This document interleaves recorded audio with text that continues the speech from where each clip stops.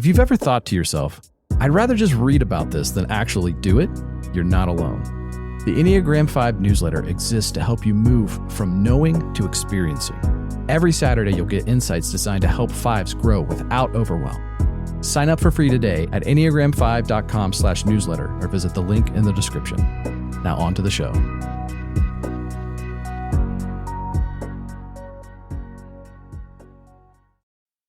So we're talking about religion and spirituality, and there's this quote by Richard Feynman that I feel like really sets the tone for the conversation well. Okay. And it's, I would rather have questions that can't be answered than answers that can't be questioned. Yes, I love that. I want that tattooed on my body.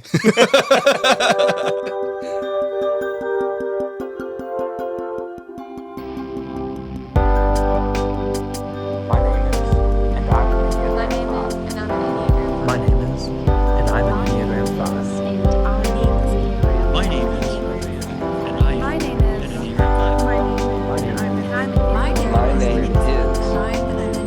I'm an Enneagram 5. My name is, and I'm an Enneagram 5. It's hard for me to start this conversation. I've got to admit, we've talked about on the show earlier, initially, I was very hesitant to have this conversation. Yeah. And it wasn't because of the nature or the content of the conversation. I enjoyed talking about this stuff. Yeah. It was more about the perceived personal fallout that might happen as a result of me saying all this stuff in a public setting. Yeah. Mainly just because it's been much more of a private thing for me, and it's not something that I have really wanted to share broadly. But I feel like the timing is right, with not just with us, but with like the show. And it gives so much context because we're going to share our stories of growing up in religion and leaving religion and everything thereafter. It was such an integral part of our experience as human beings and as fives that knowing that story really helps frame a lot of our other conversations and gives a lot of good context. And so I think it's important to tell this part of our story. I want to make sure that we're being very clear here that this is descriptive, not prescriptive. Yes. So we're telling our story. We are definitely not trying to convince anyone of anything, and definitely not trying to convince anyone to believe anything or not believe anything. I think that it's really important to, and I feel like, as fives, we're probably more inclined to be this way naturally, but I feel like it's really important to have a no pressure conversation around this stuff so that we can be open to the things that we're talking about. And so no matter where you are on your journey of faith, religion, spirituality, none of the above, you're welcome here, and we're not going to bash you. Right. But at the same time, I want to also be very clear that we're not going to hold anything back. So this is our very much raw, unscripted, first-person account of our stories. Well, a little scripted. Well, outlined. We have outlined it. Yes. Yeah, we had to. Otherwise, there's no way I'm remembering all of the most traumatic times of my life, just off the top of my head. So some of it might be hard to hear for some people, but we encourage you to stick around as long as you can. And if keep you can, an open mind. Yeah, try to keep an open mind, and if not, that's perfectly okay too. Yeah, cool. All right, so where do we want to start? Let's start with you, Cody. Start with mine. All right. I have to say your name because apparently our voices sound the same. Our voices. We've learned that in the first season. I don't think that they do. They are very similar tone, but I mean, we talk so differently. So that's what I think. We also haven't really put out a lot of videos. That's true. Yeah, we need to do more of that. More of that is coming, in case you're wondering. So Cody. Yeah. Cody, the 5-wing 6. Let's start with you. What was it like growing up as a 5 in religion? Did you find it hard, easy to engage with growing up? Well, so my parents were never super religious when I was a kid. So my mom grew up Methodist and my dad was in the Pentecostal movement. So my mom remained fond of her religious upbringing because generally Methodists are kind of warm and fuzzy and kind of, light in many ways. My dad couldn't get away fast enough. As a 5 at the core, charismatic type of things don't typically resonate. We might have listeners that are, and I would love to hear from you, actually. It didn't resonate with me, didn't resonate with my brother, didn't resonate with my dad, and we were all 5s.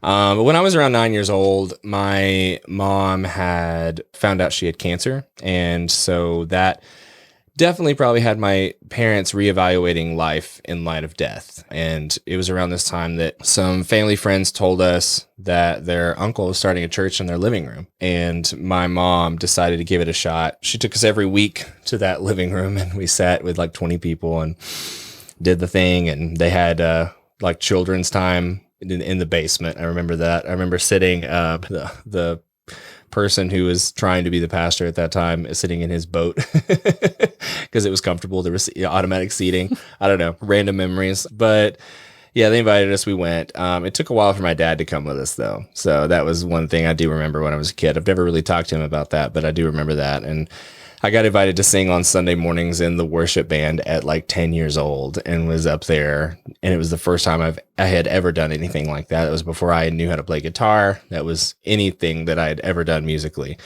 That was the first time. And it was around that time that my dad began attending and helping in the sound booth. And, you know, looking back, I see that he was probably only there at first because I was there and I was singing. But I remember over time, he really loved that, and he started getting involved. And that was like his way of being like, I'm here, I'm in church, I'm with my family, but I have this thing that's like very technical and I can do it with my hands. And, you know, and because he was essentially an electrician and does those kinds of things and works on instruments in a nuclear plant. So like that was his thing. And so it was kind of at least somewhat close to his world, and he really loved that. But I mean, at that point we were all entrenched, right? So we were going. And how old were you about this time? 9, 10 years old. Okay. And I also, the worship leader started giving free guitar lessons. That's where I started to learn guitar. Me, my mom, and my dad all took guitar lessons at the same time, and I'm the only one who kept going. I think out of that entire group of people, I'm probably the only one who kept playing music at all. And I was the worst one. There was a video, my dad would set up a camera and show the so he would remember the lessons, or he could see them later and try to go over them. And it was so funny because, you know, it'd be everybody play the chord G, and they'd go around the circle, and they'd get to me, and you'd see like a visceral reaction on his face every time I try to play a chord, and he'd be like, that's so good.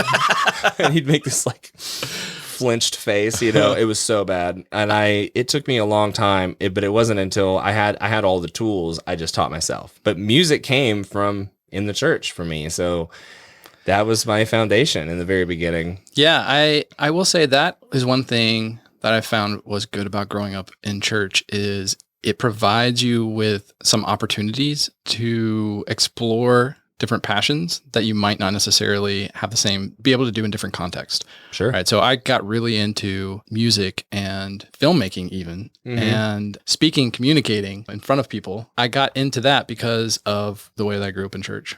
Yeah. And I do have some fond memories of playing and singing in choir, and well, really it wasn't speaking, it was teaching. I got to teach stuff. And so, yeah, that I will get to that later, okay. But that definitely plays a part in my story as well.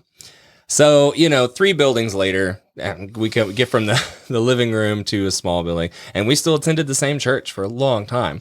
It had grown a lot. As a teenager, I helped paint the walls. I helped lay the flooring, like for the main building that they're now in, even still today. But one day there was an incident where I remember this very clearly. Me and like 2 other guys were wrestling in the floor of the youth group or the youth room, like really wrestling. Keep in mind, we were like family friends, like we knew each other, but we had somehow gotten into a fight where we were all wrestling, and one of them kicked my knee so hard that my kneecap went into the inside of my leg. No.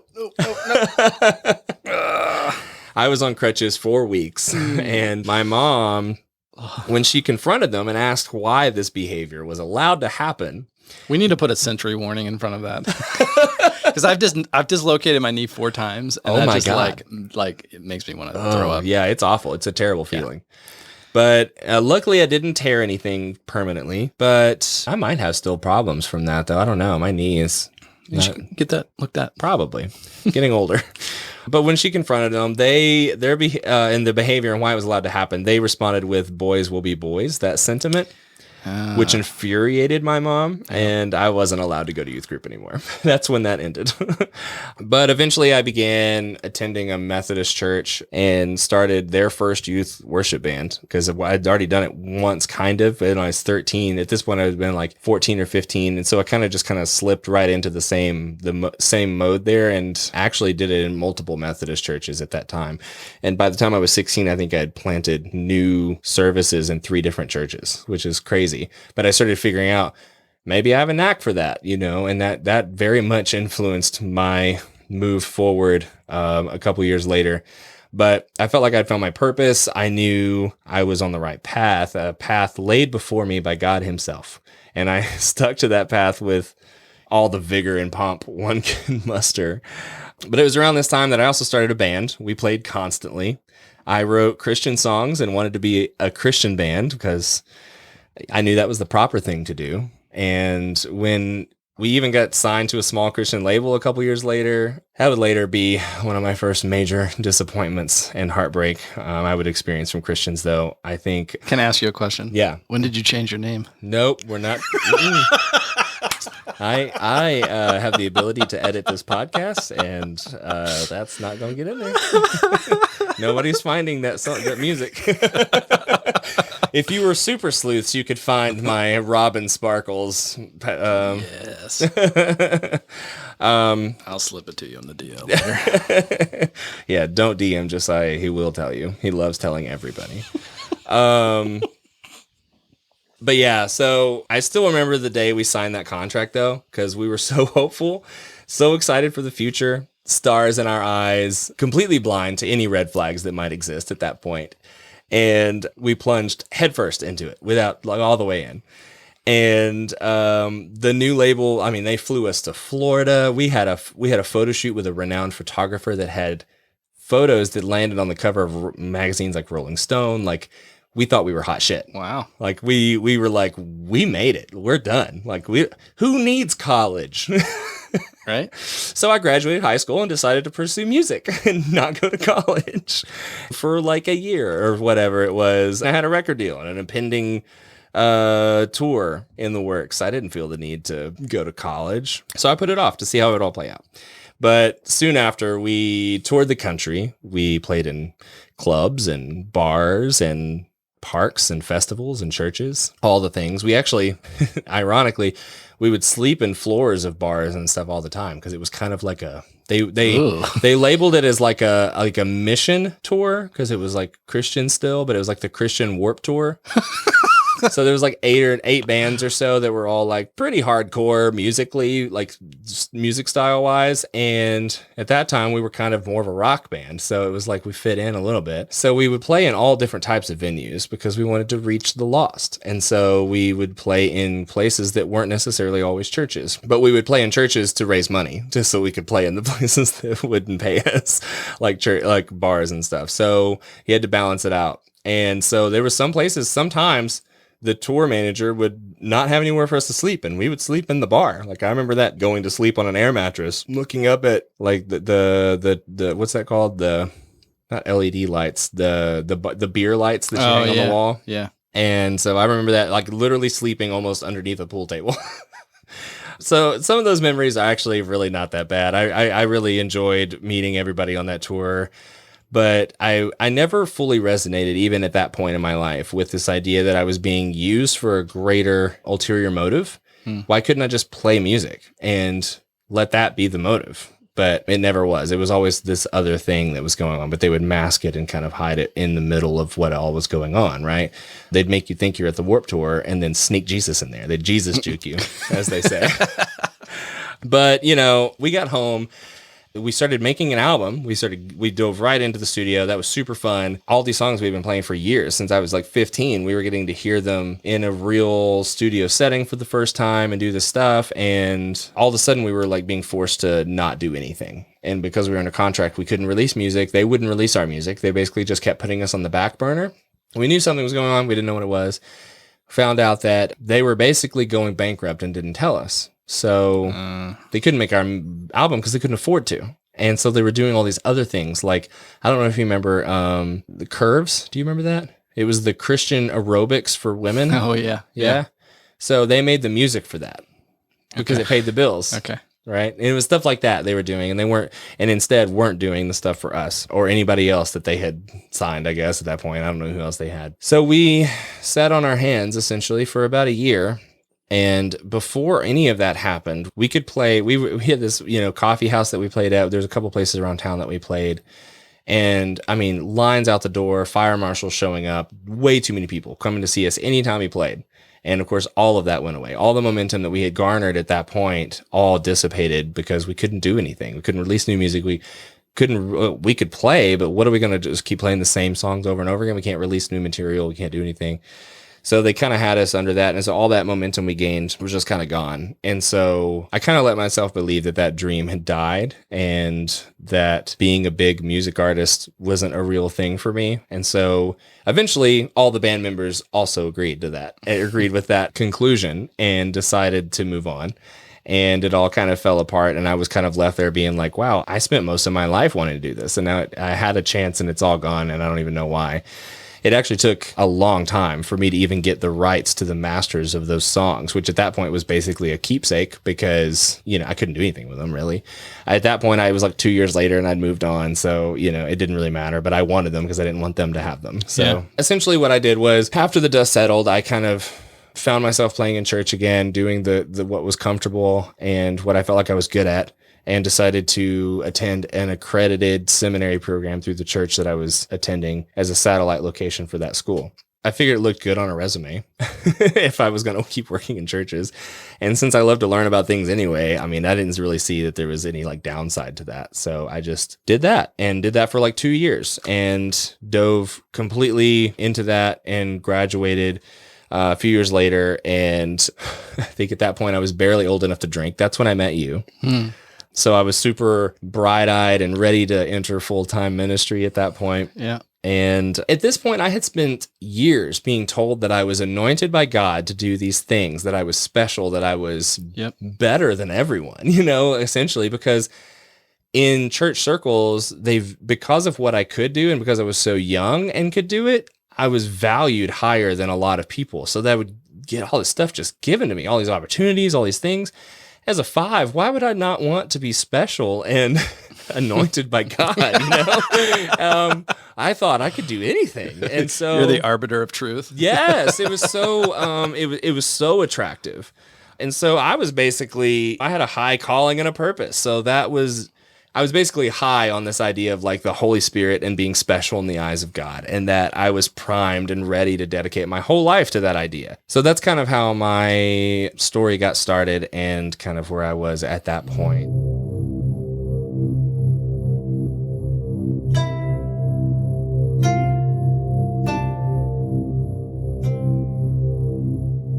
I grew up in a very spiritual household.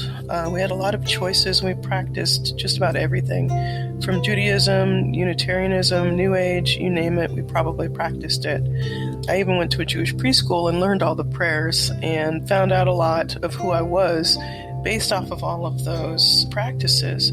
But I never felt settled with any one practice. I knew there was a God who loved us. I felt that at a very young age. But I wanted proof of divinity, I guess, proof of a purpose with God. So when I was older, I searched for proof, and I found it in Christianity. I can't say that that's going to be the case for everyone, but for me, the proof found me, and that's a long story. But my wandering mind found peace with Christianity. I'm definitely a progressive Christian. I'm not going to say that I'm not. I don't follow the expectations of whatever a Western church is supposed to be. But I do have a rich, deep prayer life. My favorite times are in the silences when I can talk to God and I can hear Him spiritually and feel His presence. I love to sing. I love to worship in unique ways. Sometimes that's holding my hands up. Sometimes that's singing at the top of my lungs. Sometimes it's being in a group of people in silent meditation. It's all different, but I still see that God cares for me and loves me, and I really couldn't see my life without having spirituality and having God in my life.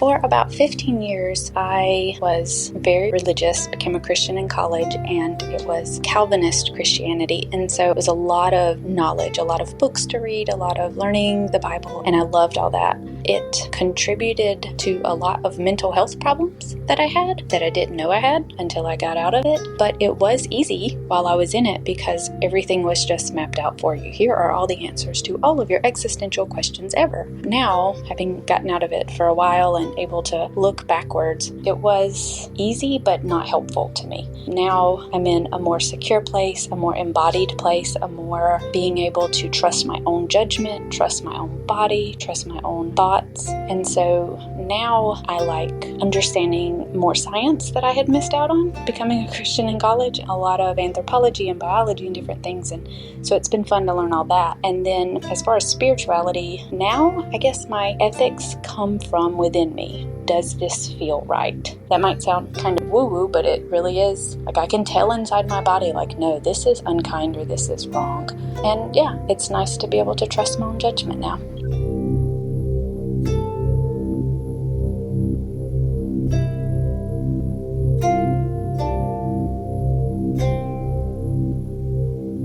Before we move on, I think it'd be a really good time I want to hear, let's break it up a little. It's going to be a long story.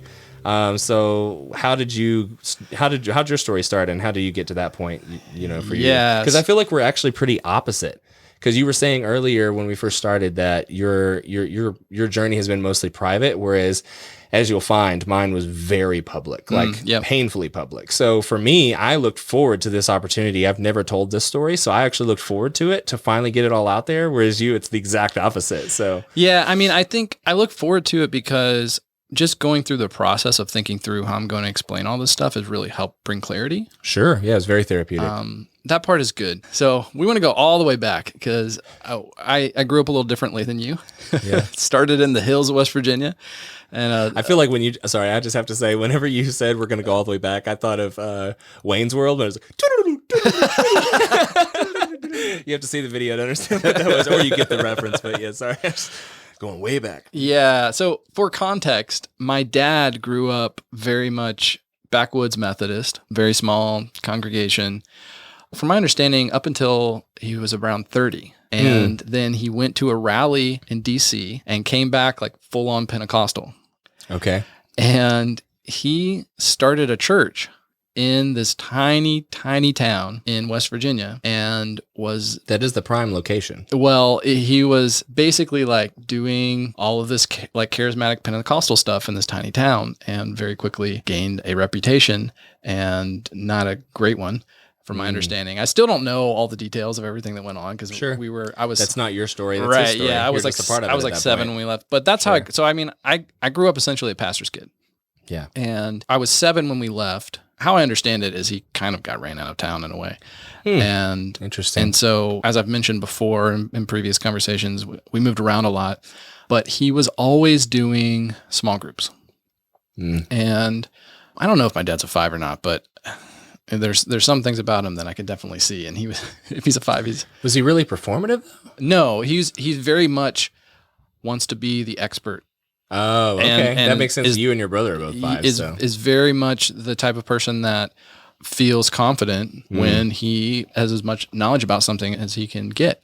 Sure. I always grew up in that setting of being around Bible study and really getting into theology. And I also grew up around certain practices that I can't really explain.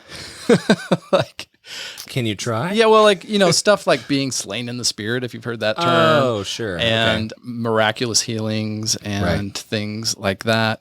Getting filled with the Holy Spirit and speaking in tongues and all of that stuff. And so I was around all of it. I was a kid. So I wanted to be a part of it because I looked up to the adults, and I usually had more in common with adults than I had with kids. I was like that too. And so I would sit in on the Bible studies. And even as a young kid, I remember that. And I was thirsty for knowledge and for understanding the world. I grew up in such a small world because we were always moving around and we kept the circle tight. I wasn't exposed to much for most of my life growing up. Yeah. And this was like my one source of knowledge that could help me understand the world around me and give me some sort of framework for, uncovering the truth. I ate that sort of stuff up. I've been part of pretty much every denomination at this point because we jumped around a lot. And then when I was in high school, we moved kind of outside Nashville. Historically, we'd been more like non-denominational, kind of charismatic. And then there was a small independent Baptist church that was like a quarter mile from my house. And there was this girl at school that I had a crush on that went there. And so I talked my parents into trying it out. And then, classic. Yeah. And that's where we ended up for like the next 6 years or something like that. Oh my God. Did you like her that long? Oh, no. Yeah. It never happens that way. And you're like, oh man, I'm stuck here now. That whole ordeal is a story for another time. We will get to that in the next season. Just relationships in general. She was part of the worship team.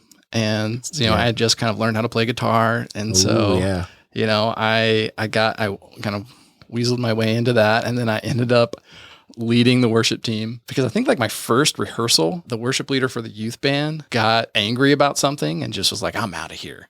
And they were like, who's going to lead? It was one of those like TV moments. Yeah. And you were like, who's going to lead? I can try. Yes, totally. And then from the back of the room, right. Like we're hand raised slowly. I'll do it. Or no, it's probably more like, you have a guitar. Yeah, it's basically what it was. Yeah. It's like I just jumped in and it actually went kind of well. And so they're like, well, guess what? Now he's the worship leader. What are you going to do about that? It was very much one of those power play things. Yep.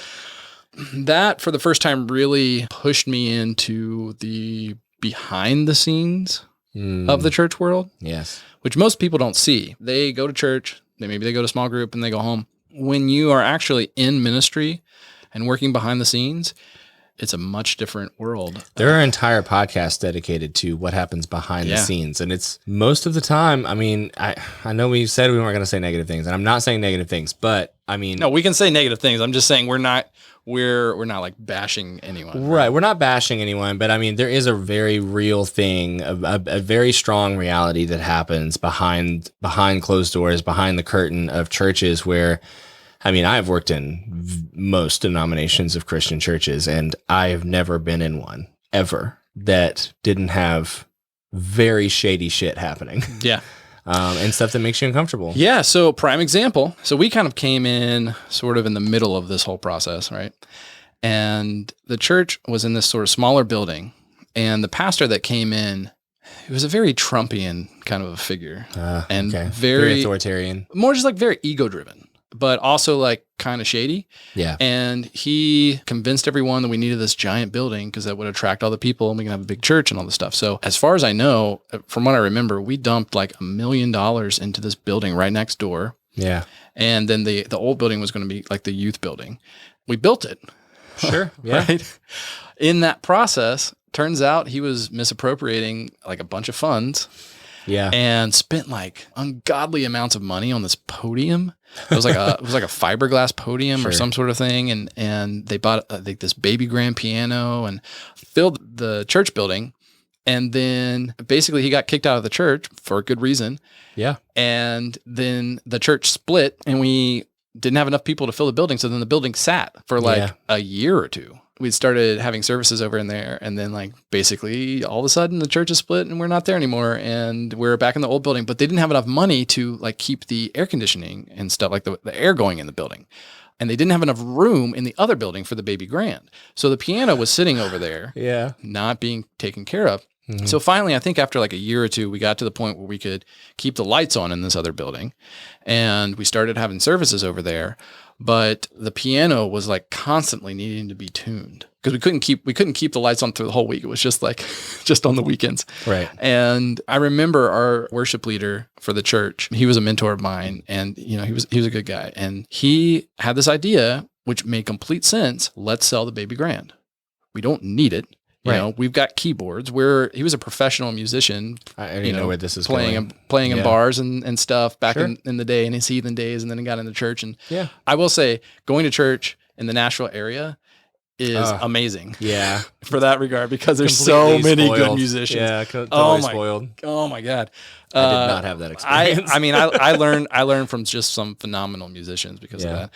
I remember he called this meeting after church service one day, and he presented his idea. Hey, let's sell this. We can use this money for this, and this, and we don't really need this. And it was like he was talking about putting like an upside down cross with a pentagram on the church. Right.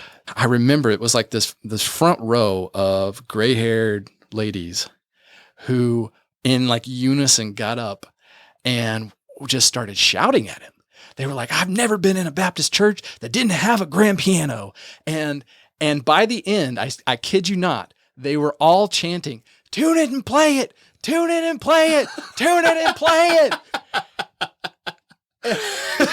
That's too good. That's too good. And I think that was my first kind of inkling of like, okay, maybe adults don't know everything. Like what is going on? Because it seemed completely logical. I mean, here's me sitting over here as 5 teenager, and I'm like, this makes complete sense. This is what we have. This is what we need. We don't need this anymore. We just sell it, blah, blah, blah, blah. Yeah. Right? No sentimental attachment to anything. Right. Man, it was like we were killing somebody.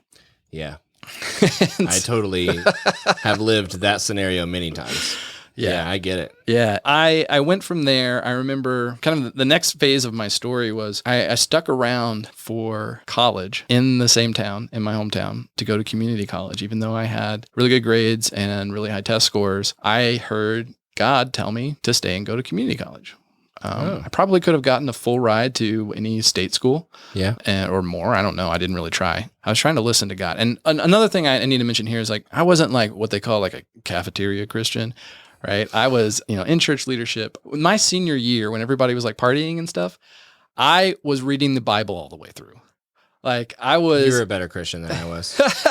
I didn't smoke, didn't drink. I got pissed at my friends whenever they were partying or doing any of that kind of stuff. And I would like ostracize them and judge them and be all holier than thou and self-righteous and super legalized. Super legalistic. Yeah. Or legalistic. Yeah. Legalize is what we want for marijuana.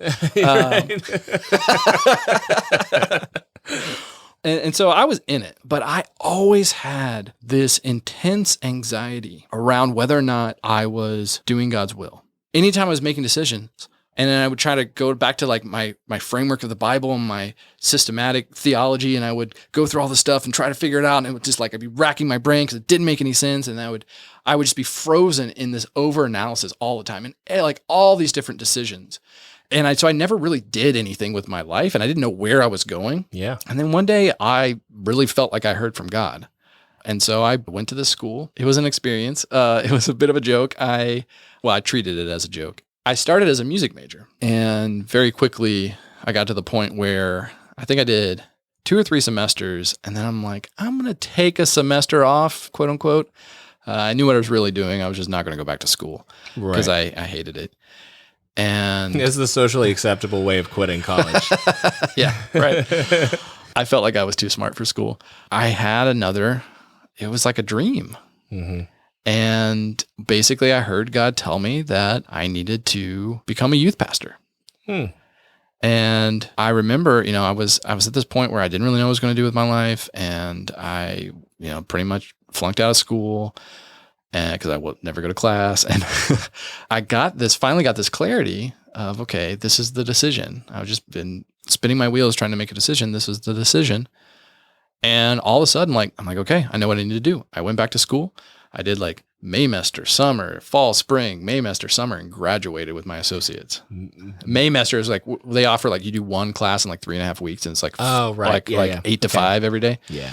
And I did that and graduated, like brought my GPA up from a 1.7 to I think like a 3.5 because I knew I was going to go to essentially seminary. I then again had what I felt was God telling me to go to Chattanooga. Mm-hmm. And I looked up schools there.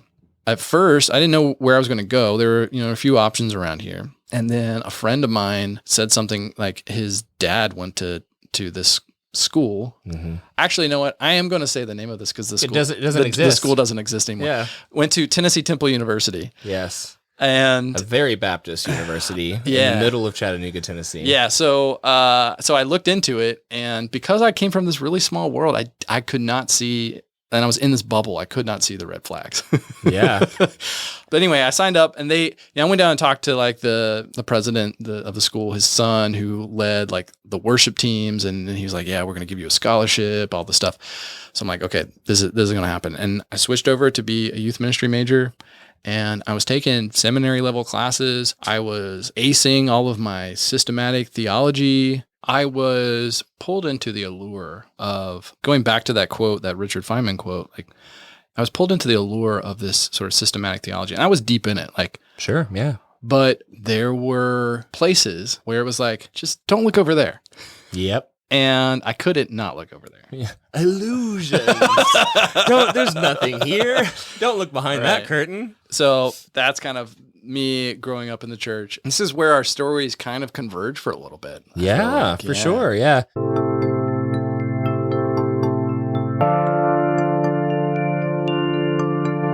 As a 5, I find it difficult to engage with religion and spirituality. And let me say, actually, religion is easier than spirituality because religion is more easily observed in the actions, the decisions made in a structured way. Spirituality, being more metaphysical or having to accept some supernatural intervention in our lives, is far more difficult for me to hang on to. I haven't always felt this way, but I definitely do now. Part of it is because I deal with bipolar disorder, and most of the time I feel like a 5. Some of the time when I'm more elevated, I feel more like an 8.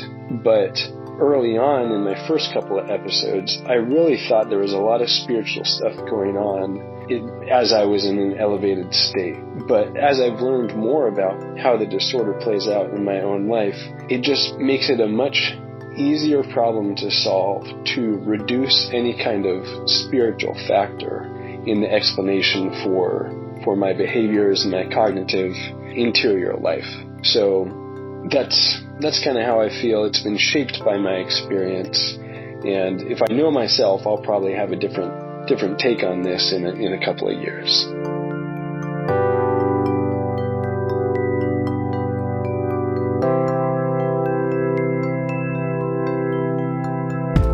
I would say that it is harder to engage with more so spirituality, I would say, just because it can be very dynamic and kind of big picture. However, when I can understand, or maybe when I listen to something or read a book on things that how to apply it and make it more practical, and then it clicks, then I love it. I'm more engaged with it. It's more understandable if it's done in more practical terms.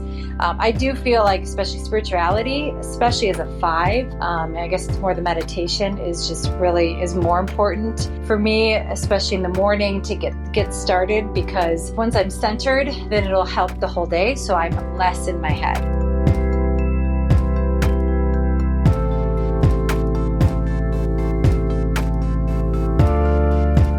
There's so many things about your story, though, that I hear and kind of want to comment on. Go for it.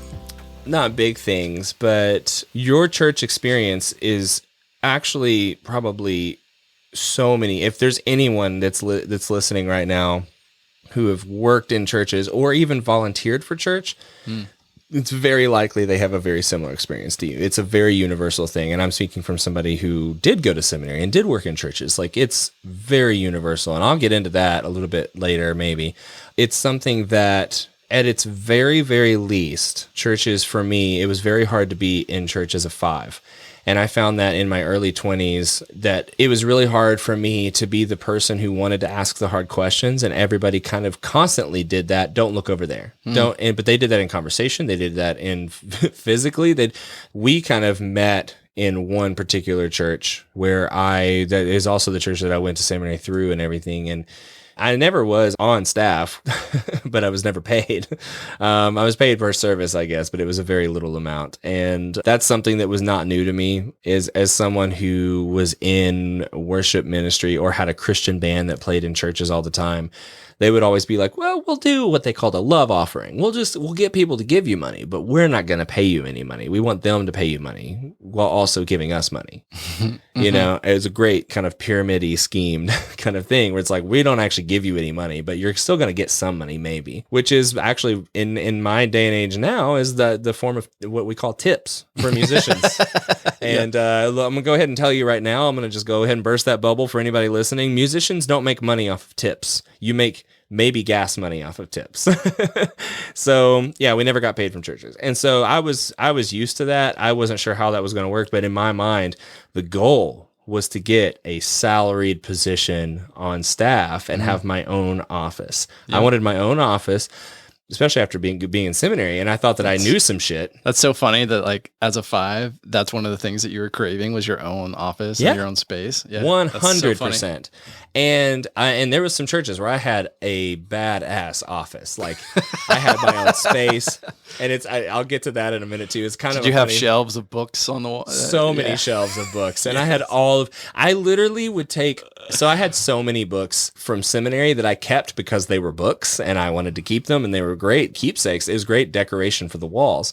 I had read, most of them, or read through most of them to some degree, and I used them as references, I guess, so that I could tell people when they were wrong.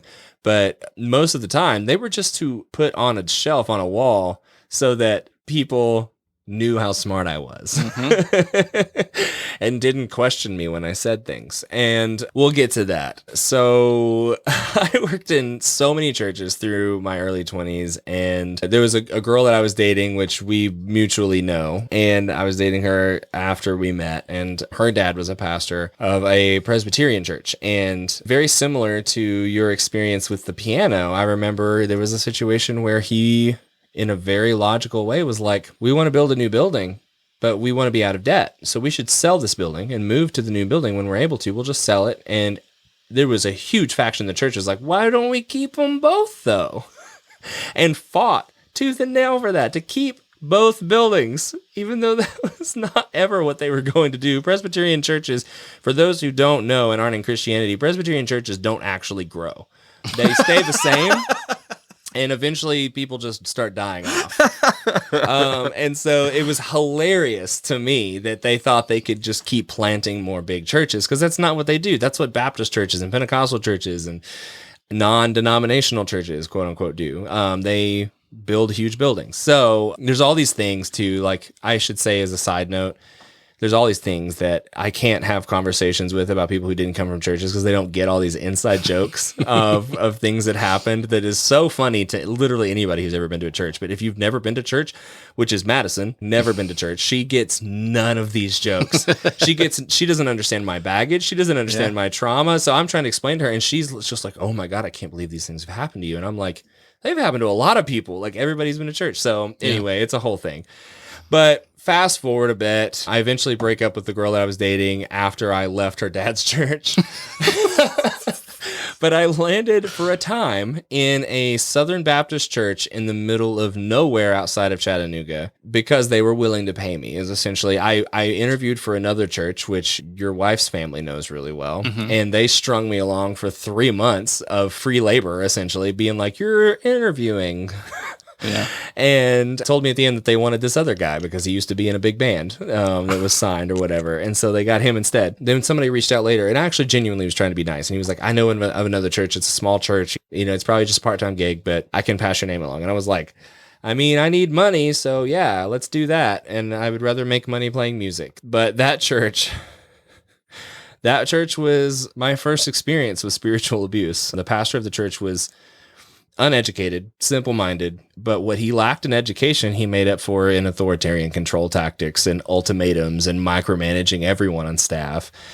And it was the worst job I had ever had at that point in my life. That job eventually ended after he yelled at me in front of half the church because I was telling him how I wanted to how I wanted to organize the service, and he was embarrassed, I guess, and therefore he lashed out. And so I walked out of that church that night and walked into his office the next morning and told him I quit. And basically was like, you can't talk to me that way. And after that, I eventually landed in an Anglican church. and had this whole new world revealed to me. So the church was incredibly special to me in that time. It felt like kind of for the first time I had found a home and a group that I could feel as though I was truly a part of, I guess. But I had been attending, so the church was modeled in a way where like they had this coffee shop that was actually supposed to be separate from the church, believe it or not. Churches have coffee shops all the time that are church coffee shops, but this one was supposed to be completely separate. Their model was putting an actual business where people could meet that did not have ulterior motives to bring you into the church, but was a place where people could meet and start businesses and do all these things. It was modeled after St. Patrick and the way that he basically colonized Ireland for Christianity back in the day. And I didn't know that. Yeah, it was a whole thing. And it worked. I mean, it worked really well for a while. But so the sound guy, after I'd played a bunch of open mics and kind of just did that for a while and really started to get to know people, he invited me to a church service and I reluctantly attended. At this point, after my first traumatic experience, I was like, should I be in churches? I don't even know. But very quickly I was sold. They propelled me into leadership, and within just a few weeks, I was assisting in building a new type of worship service for them that was like a super late night, all around this table kind of situation. It was very centered on like a candlelight kind of coming to a dinner table, essentially, right? It was all kind of about community and communion and this whole thing. And it was also around this time that I met a girl. We had been involved for a bit. I had another job that was, I've referenced this job in past episodes, actually, in the careers episode, my favorite job ever, working at a theater. So I met this girl in the theater. She worked there. She was a bit younger than me. We got involved for a bit, I guess, but no labels, just like casual thing, as young 20-somethings often say. And I think this is also a good time to point out that I never thought sex outside of marriage was a sin. So I definitely did. I wasn't, so I never really bought into a lot of the legalism. So it was really hard for me to justify, and this was where my fiveness came out. People wouldn't answer the questions for me, so I answered them myself. And especially once I went to seminary, I was like, I mean, nothing ever really told me. I very much understood that the Bible was contextually dependent on history and historical time than when it was written, and not applied to today. Yeah, that was definitely not where it's I came never, from. Yeah. No pastor ever tells you that. They don't want you to know that. But, you think about any historical book, it's going to apply to what the author would have known at the time. And so I knew that. And so I knew, okay, sex outside of marriage, all these things, homosexuality being a sin, all these things I knew was just one perspective from one person 2,000 years ago or longer, and there's no way that could apply to now. It was logically didn't make any sense. So that didn't make any sense to me at all. And so sex outside of marriage, not a sin, but it always just seemed silly to me.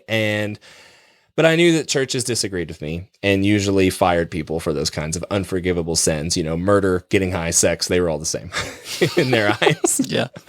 In the eyes of the modern evangelical church anyway. But the girl followed me to this church when I began attending. So some time goes by and I decide that I want to break it off with this girl. She was fine with that at first until I met someone that I actually wanted a relationship with. And it was at that point that the heartbroken girl decided that I needed to pay and got very vengeful. So she told the pastor's wife in I guess was supposed to be in a confidential setting, told her that we had been physically involved for a while. So they immediately called a meeting and promptly fired me because they basically sat me down and said, "Did you have sex with this person?" And I said, "Yep." And they said, "Cool, we have to fire you." And I said, "I know." And that was the end of that meeting. It lasted maybe 5 minutes. I got up, I left. I called my friend at Starbucks and said, "Can I have a job?" And they said, "Yep." And I said, "Cool." Before I got in my car, I had another job. Because at this point, you have to keep in mind too, I mean, we've talked in the past, I've had 30-something jobs. Yeah. All of them were part-time jobs to keep up this whole facade of working in churches that don't pay you enough. So I was really good at getting part-time jobs. So as soon as I walked out of the room, a person came to mind that said, I knew they posted on Facebook a couple days ago, they were looking for somebody. I knew they were a GM at a Starbucks. So I called them and they were like, "Yeah, you can have a job." And I was like, "Cool, great. No interview, no nothing. Just, okay, cool. We'll come in on Monday. We'll work it out." And I was like, "Great." And that's how that whole thing happened. But I rolled with that, fully accepting those consequences, and immediately got a job at Starbucks. So this must have angered her more that I rolled with it so easily. So she lied to a bunch of people, told them that I had taken advantage of her, as a worship pastor taking advantage of a college student. It was an easy picture to paint. She then got the group to go to the church leadership and say things that were untrue. I had barely met any of these people that were also in the church, but they were so on her side and so blinded by the situation that they went and told the leadership that I had done the same thing to them. And so then it became this like thing. And it was at this point that everything began to kind of implode and became very public very fast because the leadership didn't want the congregation to know. First of all, they didn't tell anybody in the church why I was fired. It was just all of a sudden like that. I was gone from all church services, all things happening. I wasn't allowed in the building. So all of a sudden it's like everybody was not allowed to talk to me. And I was basically just excommunicated and because they didn't know what to do. It took probably a good 2 weeks before all of that came out as lies. And she admitted to the lies and all the other people very quickly kind of gave up on that story. But at that point, damage was way beyond done. And it was very public. I remember somebody asked the friend who originally invited me that at that point I would say was one of my best friends, the sound guy, asked him and he told me about it. He was like, I hope you don't mind that I told him. But he told me the conversation and he came up and was like, okay, so like, why did Cody get fired? And he was like, I really can't talk about it. And he goes, okay, but I just need to know was it illegal? And he was like, no, it wasn't. And he was like, so was it weed or was it sex? And he goes, it wasn't weed. And he goes, oh, okay. Yeah, whatever. He's like, as long as it wasn't illegal or like bad. And he was like, no, it wasn't. And so he's like, okay. And that's pretty much, it took a long time for people to find out why. But once they found out why, they were in the same boat as me. They're like, oh, okay. Whatever. That was their policy, whatever. But it took a long time for that to happen. And this city is small enough that no matter where I went, I ran into people. And I was terrified to run anybody in that church. It was so traumatic for me. I felt like no matter what I did, I couldn't get away from it. And during that 2 weeks, they hounded me, called me constantly, trying to like resolve the situation. The problem was that the pastor was so much of an ego trip that he had to be involved in everything. So his only solution that I had to agree with if I wanted to stay a part of the church was to be a part of sexual addiction therapy that he had his hand in and was allowed to know all of the things that were in the therapy sessions. And so I responded with, I absolutely need therapy, but not for that. And now it's for this. So I'm actually going to get therapy outside of that. And I was actually working at another church at the time. So I came fully clean to that pastor, told him everything. He walked through, it's one of the very few people I've ever met in church ministry who was a good person. And he was like, yeah, you're not a sex addict. You're just a young 20-something. You had sex with somebody. Like, okay. And so he was like, not going to fire you. You can keep working here. But he was like, I actually have a degree in counseling and therapy. Do you want to do it with me? You don't have to. You can go with somebody else. But I think you should be in therapy. And I was like, I mean, yeah, we can do it. I'll do it with you. That's fine. So we went through, I don't know, a few months of therapy. And eventually it got to the point where he was like, I don't think you need therapy anymore. We kind of hashed out a lot of this.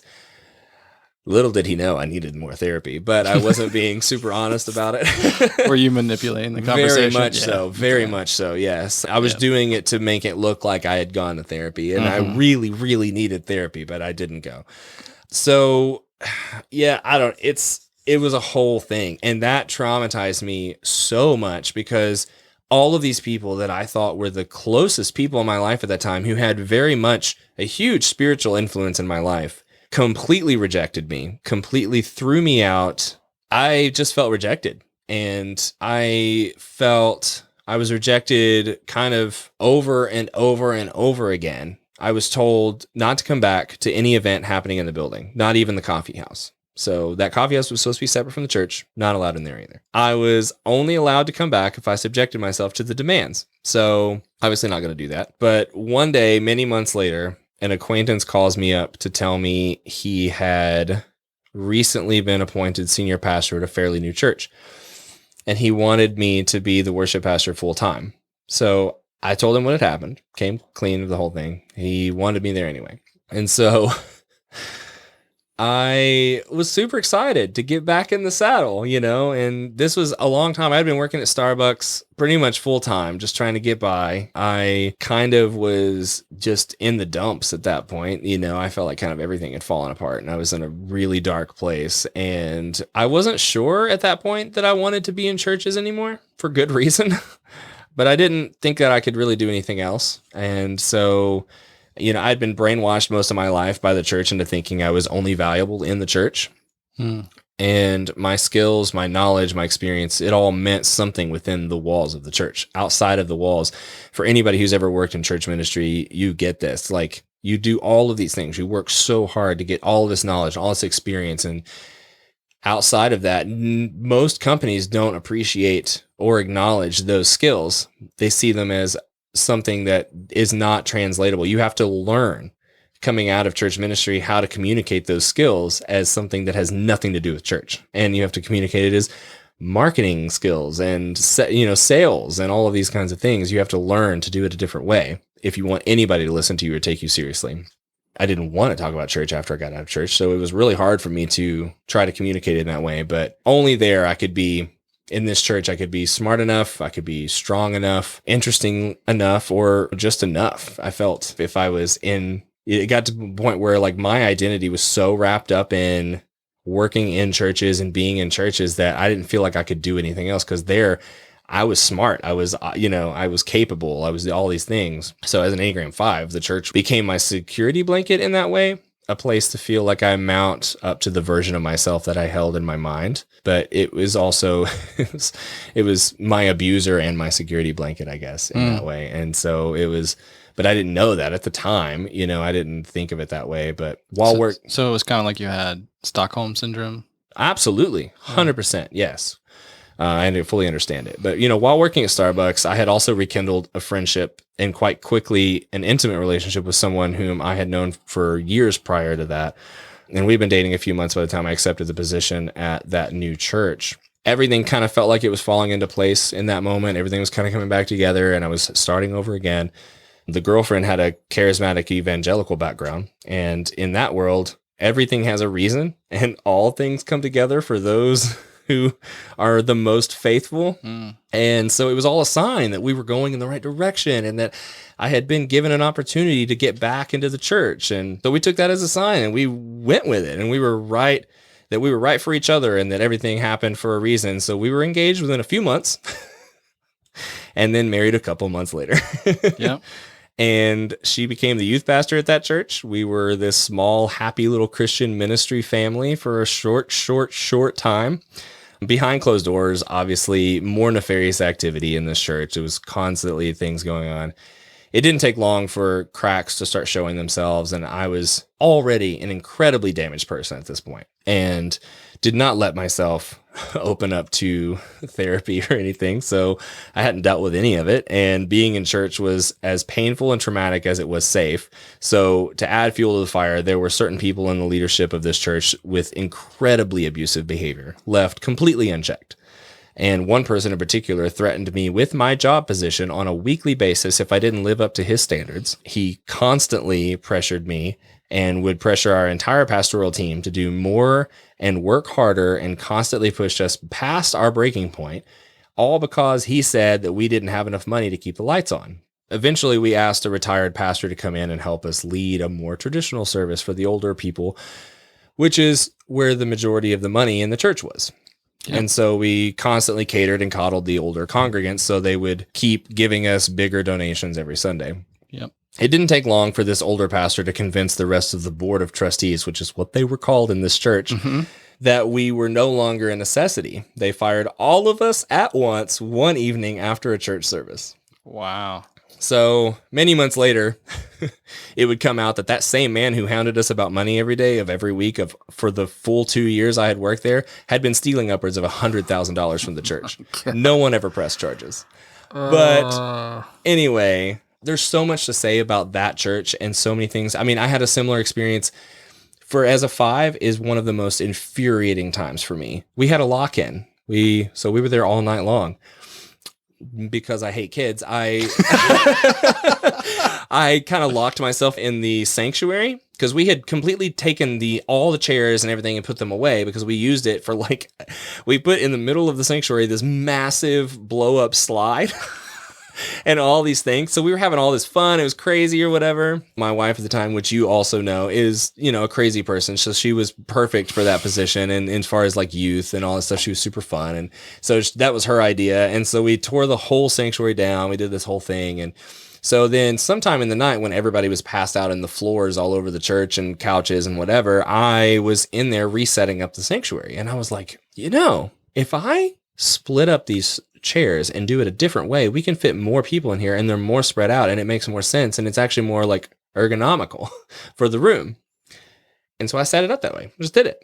Well, that was the lock-in was on a Saturday night, I think. So of course I stayed there and I don't think I led worship. I did not lead worship the next morning. I had somebody else doing it, but I was there. So I had not slept. I literally was setting up chairs and setting it all up maybe an hour before the service, right? So I get it all set up. I'm super proud of myself. I'm I figured out a way better way to do this. So I have this one person come in who did the website and all the stuff for the church that was online things. And he came in and was like, "Where's my seat?" And I was like, "What do you mean?" He goes, "Well, my seat, it's not in the spot that it was." And I said, "There are 500 seats in this sanctuary. Pick one." That's exactly what I said. I said it like that. Because I had not slept, Yeah. And he looked at me and he goes, "I don't want to pick one. I want my seat back." And I was like, "Church service starting in 15 minutes. I can't do anything for you. If you want to pull a seat to whatever spot it was, be my guest." And I walked off. That man immediately went to the church leadership and said, "If this doesn't go back to the way it was, and if he doesn't apologize to me, I quit." The pastoral staff took me out to dinner to convince me to apologize. Actually, they took me out for beer, but they wouldn't have told the rest of the church that. They're like, "We're going to give you a beer. We need you to apologize." And I said, I verbatim Bribe you with alcohol. And I don't remember exactly what I said, but it was absolutely some form of, because at this point in my life, I was not really pretending for anyone. So there was some form of, "Fuck that shit. I will not apologize to that asshole. I will not do it." And they were like, "You kind of have to." And I was like, "Does my job depend on it?" And they said, "It might." And I was like, "Well, I guess I'll apologize, but I need you to know that I fucking hate this." And so I did it and I apologized and he stayed on and I never talked to him again. In an impulse decision, I got a job at another church part-time after I was fired from that church. Wait, how did you get fired? Because they thought we weren't necessary. So the church, essentially what happened was we invited... that story was before you got fired. We invited all of that was before. Oh, okay. Sorry. I did not get fired for the seat. Okay. That was just I was thinking about your story, and that was one of the most infuriating times for me in a church, because it was against all logic, and this church was full of people who only cared about, they had in their mind all of these things that were holy things. That had nothing to do with God or the Bible or doctrine or anything. It was just, this is how we've always done it, so we're always going to do it this way.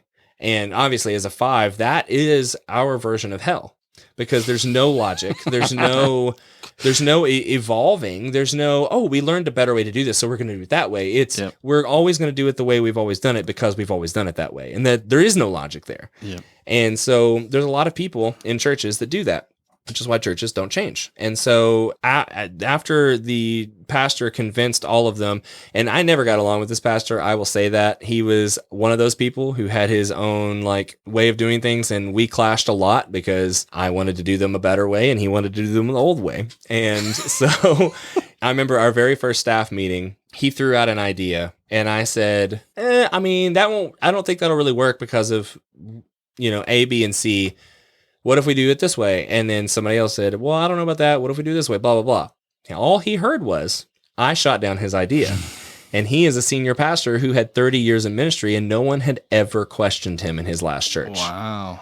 So from that point on, I was public enemy number 1 in his mind. All he wanted to do was fire me. So everything that we did, after that situation, he asked me to apologize to him for that. And I said, I don't have anything to apologize to you for. You gave out an idea that wasn't going to work. It was a bad idea. I didn't shoot it down. I just said, maybe we should try something else. And so this conversation, as you can imagine, did not go anywhere.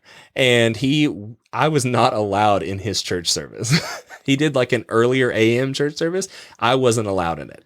Wow. And the senior pastor, who was the friend of mine that got me the job, he was in the middle trying to make all this like okay. And I told him, I was like, I'm fine not going to his church service. So like, problem solved. So this is the kind of stuff that was happening in this church, while also we were being verbally abused for, every day. And so eventually he figured out a way to get rid of all of us so that he could just take control of the whole thing.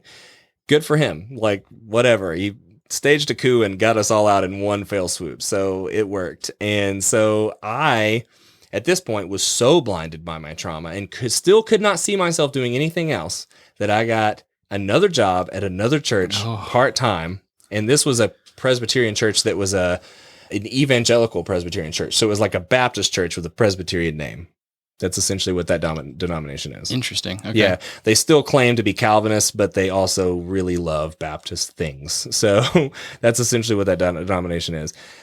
And this church wasn't the worst church. Like I basically just told you the worst church, and I could go on and on about that church. I'm not going to, but it was basically a business, and it was kind of this whole thing that I didn't know when I got in there. The church that I was in, the next church, was not the worst church. It mostly had good people in it. But by this time, I was so damaged and so traumatized, it was hard for me to want to be there at all. I was so burned out. I was so disconnected. It was too painful. And my experiences had also led me to a place where I didn't have much patience for the politics of it all and the faux goodness that everyone kind of exuded a lot of the time. So everything the church raised money for, they would tell everyone that it was for the community, but it was really just kind of for themselves. Like they wanted to build a building, a nice fancy youth building. They wanted to send kids to third world countries so they could be thankful for their upper middle class life at the expense of poor people. And, things like that. There's a lot of like missionary things going on, but they never actually did anything. And that happens a lot in churches. So you have to kind of wade through that. But sometimes people want to do really good things, and they really try. I've been on mission trips where we tried to do really good things. And it wasn't this whole, like, we're trying to save people. Like, I went to a village in Jamaica for a summer, and we built buildings for a deaf village that was rejected from the entire community. Like, there's things that happen that wouldn't have happened if teams didn't come there for, weeks at a time or months at a time and help, because they didn't have help. So sometimes it was good things. But most of the time, it's an experience, and it's like, that's like teenagers' ways of getting to go to other countries and experience something they've never experienced before. And that's kind of been a general critique of mission trips in general, I think. But whatever the case, I could no longer see it through the rose-colored lens that church demanded that I use to see through things a lot of times. And one day during a worship service, I was on stage, and I had this whole realization all at once. Almost like a revelation, you might say. And I knew in that moment I was completely done. I had been half-assing it for a while, but I was really done. I just couldn't do it anymore. I was listening to this woman on stage talk about how she was so thankful to God and so blessed by God that they'd given all this money for this building that I knew would sit empty most of the week. And they kept saying it was for the community around them. And I knew that community would probably never get in that building.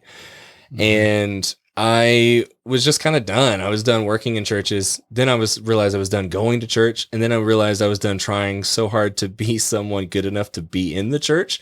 Kind of the whole package, the whole thing. I couldn't do it anymore. And so I promptly quit the next day. They actually I think were going to fire me. They called a meeting, and it was this huge meeting. And I remember sitting outside, and I could hear them praying for all of the guidance and everything that they were needing for that conversation. I mean, I walk in, and that air is thick with tension, right? Mm-hmm. And I sat down. I had a whole typed out thing already. I'd already signed it. Resignation was already in hand. And they were like, all right, so I guess we should get started. And I was like, actually, hey, before you say anything, can I just read this? And they were like, oh, sure. I read it. All of them, it's like the tension just dissipated. They were like, oh my, thank God.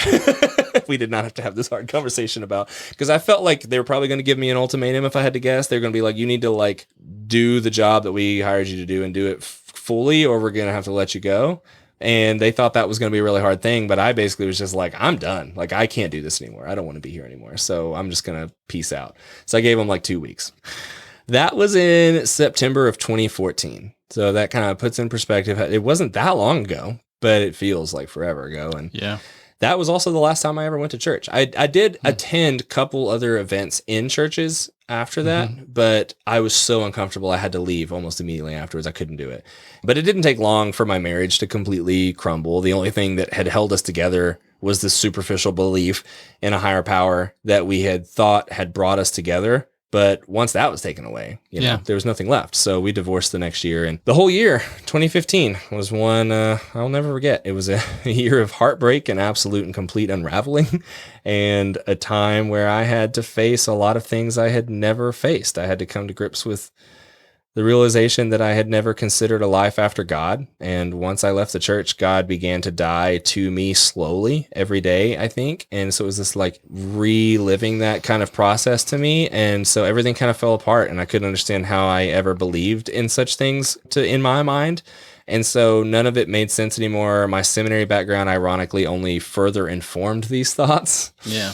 And something kind of new began to form. I began kind of identifying more as an atheist or agnostic simply out of convenience. It was easier in conversation. And for about 3 years, I couldn't really talk about God. If someone even mentioned the typical buzzwords said in church circles, I would have a deeply negative visceral reaction and would sometimes result in uncontrollable panic attacks. It created this irrational fear of running into people from my religious past. And I felt like I couldn't go anywhere or do anything. And I felt completely paralyzed. That's when I moved to Nashville.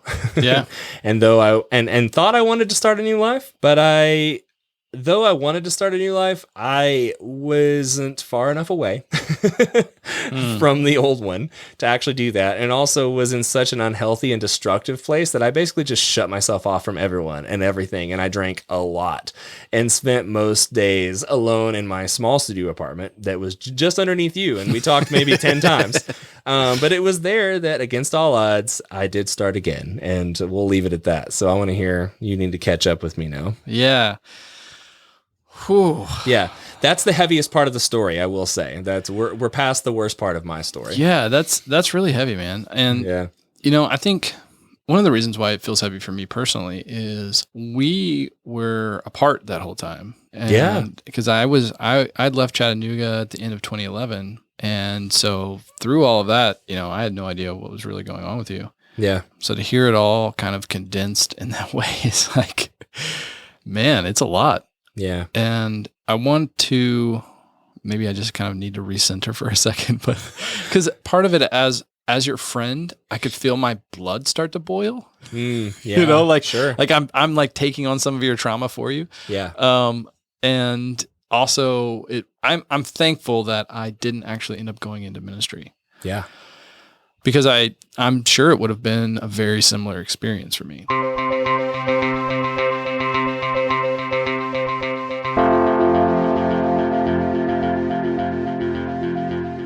I am a member of the Church of Jesus Christ of Latter-day Saints, so I worship Jesus Christ.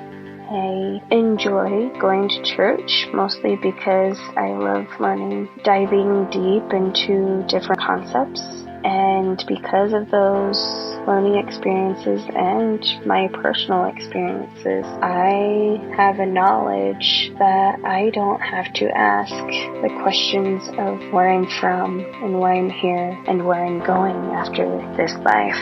And that means the world to me. That just puts one set of worries to the side. What I worry about most is what my current purpose is here on earth, other than being tested and doing the best I can so that I can live with my Heavenly Father and my family again. And being able to be guided by Heavenly Father through my life endeavors has been a major, huge blessing for me. The gospel has helps me learn more than I can ever tell you in this 2-minute clip.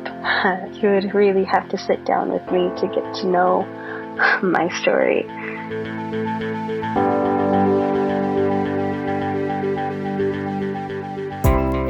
So as a 5, I think religion's irrational and abusive, and I think spirituality is beautiful and amazing, and I would consider myself deeply spiritual and ever growing in that. I think the irony is religion is inherently the antithesis of spirituality, while also claiming to be an authority within that field. And so expounding on that, essentially spirituality is connecting to your soul and to the fact that there is something higher than you, and it is a thing that you cannot understand as someone who is in an earthly body.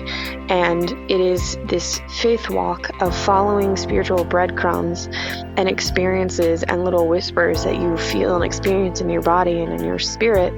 And religion is this structured, money-driven, essentially business, really, that either works to control people or to exploit them. And so if in your spirituality you are following these spiritual breadcrumbs and you are guided somewhere or to do a thing that your religion says is bad, then you're asked to put down spirituality and replace it with religion. And so I think it's illogical, it's irrational. Religion is a story with plot holes galore, and spirituality is a story that is still being written and inherently says, like, we don't follow rules of logic, we operate on faith and trust and something far outside of what can be logically processed. So religion tries to put spirituality in a box that it was created to defy.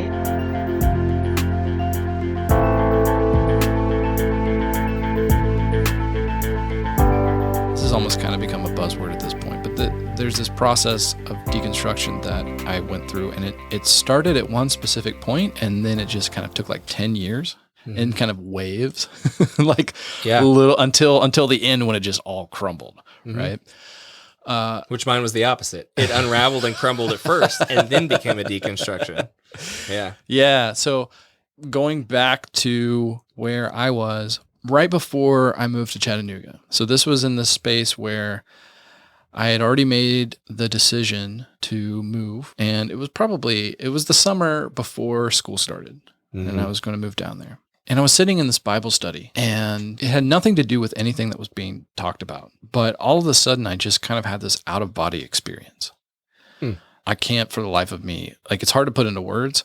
There was nothing obvious that spawned it. I just sort of like separated from my body and saw myself for the first time from like a third-person perspective. And I could see the condition of my heart. It become so cold and so shut off and so hardened, keeping everyone at a distance. I had taken on this framework that, I already had kind of a natural proclivity towards feeling distant from everyone else. But when you see people as almost points on a scoreboard, where your goal is to get them to come over to your side, and either they're for you or they're against you, they're no longer people with their own stories and their own feelings and their own all the nuances involved in that. They are objects. Yeah, they're stats. They're stats. And I treated everyone that way. And for the first time in my life, I saw it. That was the beginning of this journey for me, because it profoundly changed me. I didn't realize how much at the time, but it was like the plug that I removed from the dam. And it just started to drip, drip, drip, drip.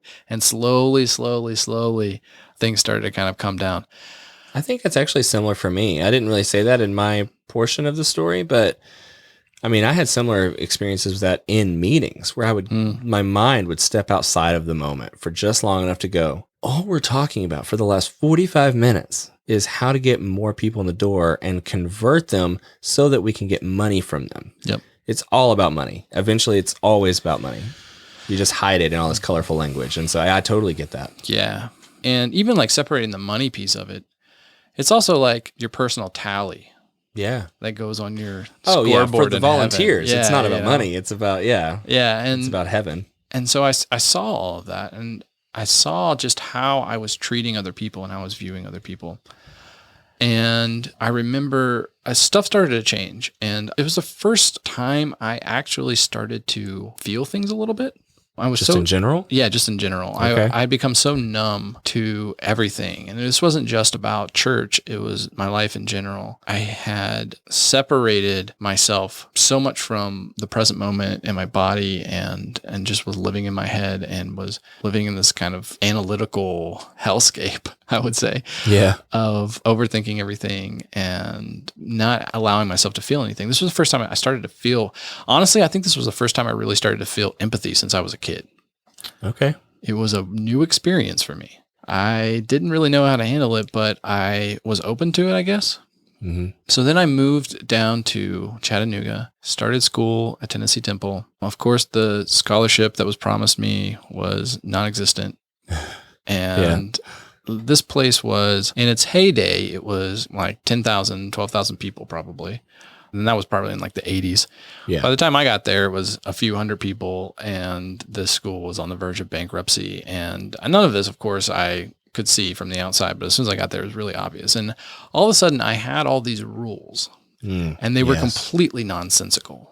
Oh, yeah. I remember these rules. Oh, like a curfew. It was the first time in my life I had a curfew. Like, my parents were very hands-off. Okay. And I never had a curfew. I just came and went as I pleased. And I was responsible and I did things. And then sometimes I stayed out really late because I was doing something. I was in like, there was no, hey, you're grounded, or hey, actually they most of the time didn't even know when I came and went.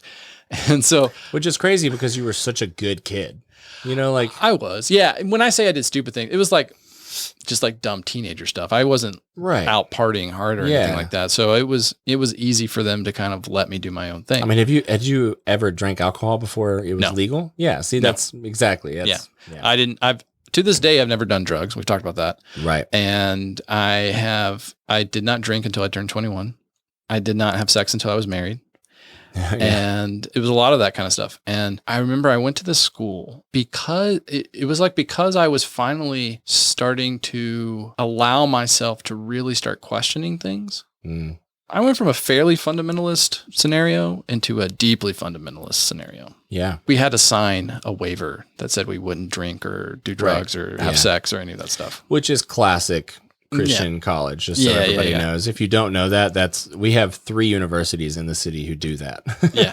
And they also do like random room checks. Yep. I don't know if you were going to get into that. We got, we went to chapel on Tuesdays and Thursdays, and they would inspect our rooms while we were in chapel. Oh, yeah. So at least you knew what was happening. I know a lot of people, it was like you'd be sitting in there and they'd just be like everybody on top of random. Like they would check our rooms to make sure everyone went to chapel, and then like they could just do whatever they want while they were in there. Yeah. Man, that's crazy. I mean, that's literally jail. That's prison. It felt like it, especially because these dorms were so run down. This place was a dump.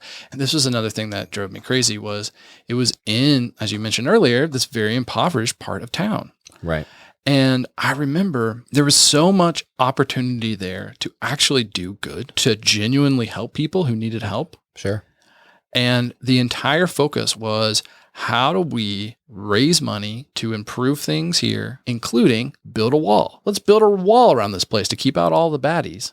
Yeah. So that, and it was very much a separate, like we wanted to separate ourselves from the world because that's the only way that we could stay pure, right?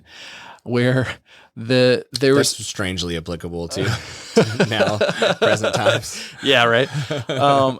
But that was the first time I really started to see the hypocrisy in it. Yeah. And I did not fit in there. Mm-hmm.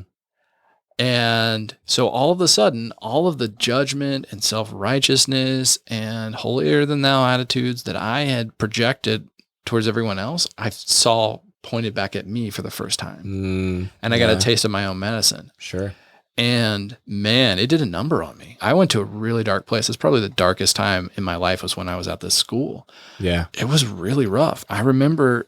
Which you moved from that school eventually to my house, my parents' house. Right, yeah. And lived in our basement. I could only handle, so the rule was you had to be 21 to live off campus. Mm-hmm. I turned 21 my first semester there as a junior.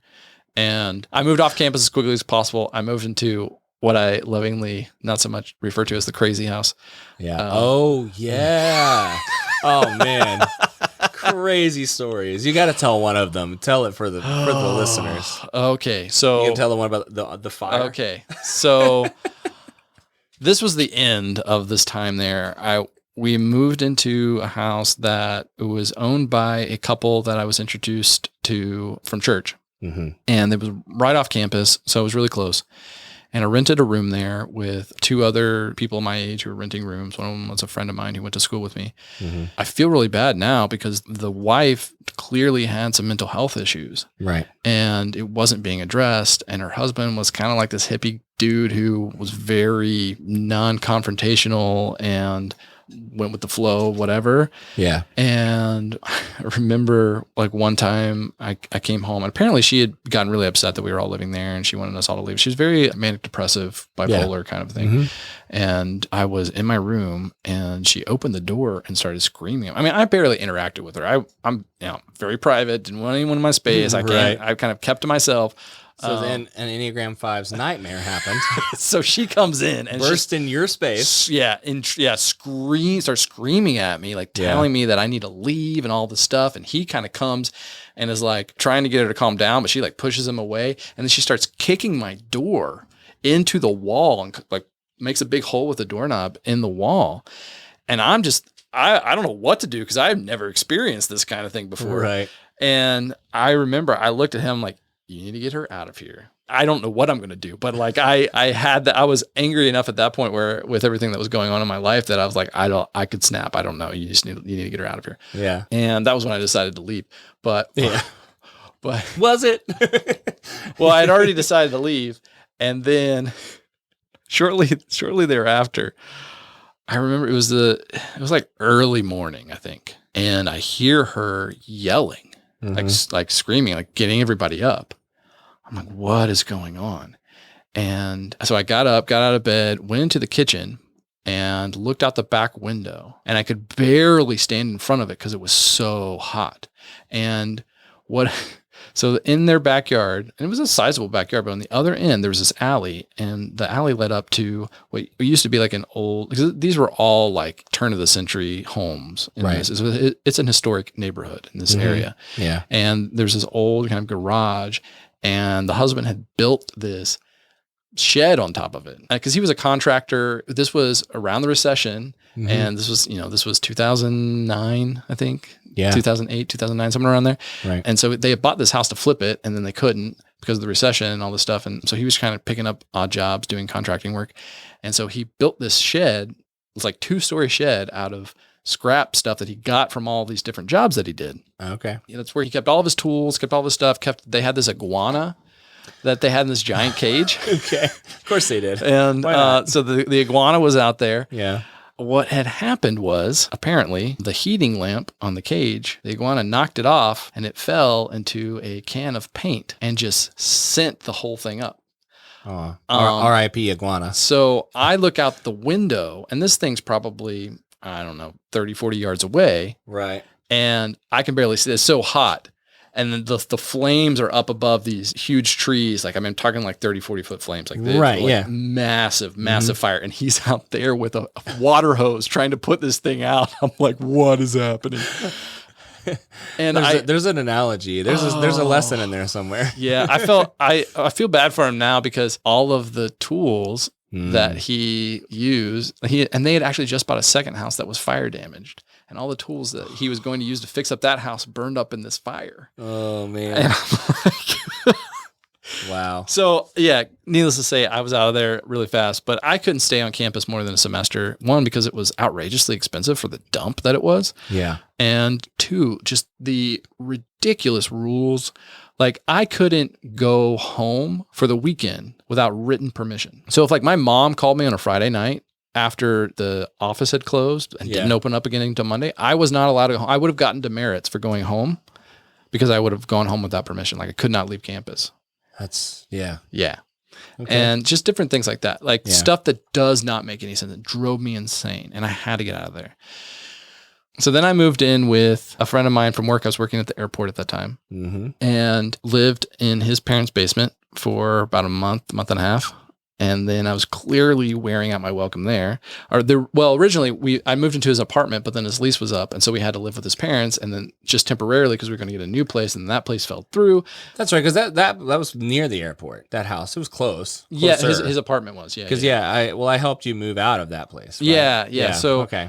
So then I moved in with you. Yeah. And we've talked about that. Well, no, you moved downtown into the. No, I moved. This was after. I moved. Okay, sorry. I'll stop talking. Go ahead. Yeah. So I moved into the Roach Motel after. I call it the Brotel. It was like 70s shag carpet. It was. Yeah, and it was like we brown. literally had roaches living in the microwave, and it was 6 or 7 dudes living on 2 sides of this duplex. Each side had 2 bedrooms. So I paid more to have my own smaller room. So, because the other room is bigger, but 2 people had to share it. It was not big enough for 2 people to share. It definitely wasn't. I remember that. But it was an interesting place. It was a good experience. So I was in this weird place while I was there, though, because, like I said, I was acing all of my systematic theology classes and all my seminary level stuff, and I was taking like church history and what really was Baptist church history, right? And I read through the entire Bible like twice while I was there, and memorized a ton of verses and just did all the stuff. Yeah. And at the same time, so in my head, I was still building up this framework, but my experience was very contradictory to what the theology was supposed to be about, which is about love and forgiveness and helping others and all of that stuff. And I was seeing none of it in this setting. And it was really wearing on me. And I went to like I said, a very dark place.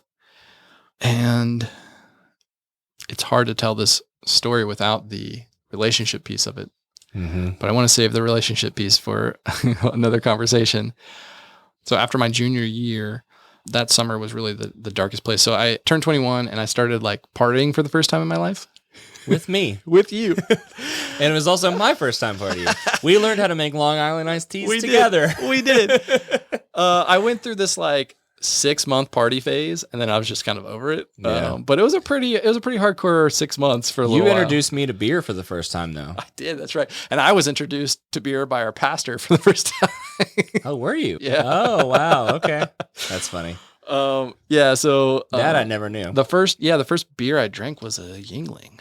Same. Because that's what you introduced me to. Yeah. Yingling was the first beer. Thankfully, I will say the church that we were at the time, it was good for me because it was definitely not fundamentalist. And there were, there were issues. Well, not yet. It was early days. There were issues, like every place has issues. Right. But actually, the thing that I liked about that church was from the very beginning, I had like the leadership took an actual interest in me and like invested in me on a personal level and like tried to help mentor me, even though I wasn't giving anything in return. That was the first time I really experienced that in that kind of level.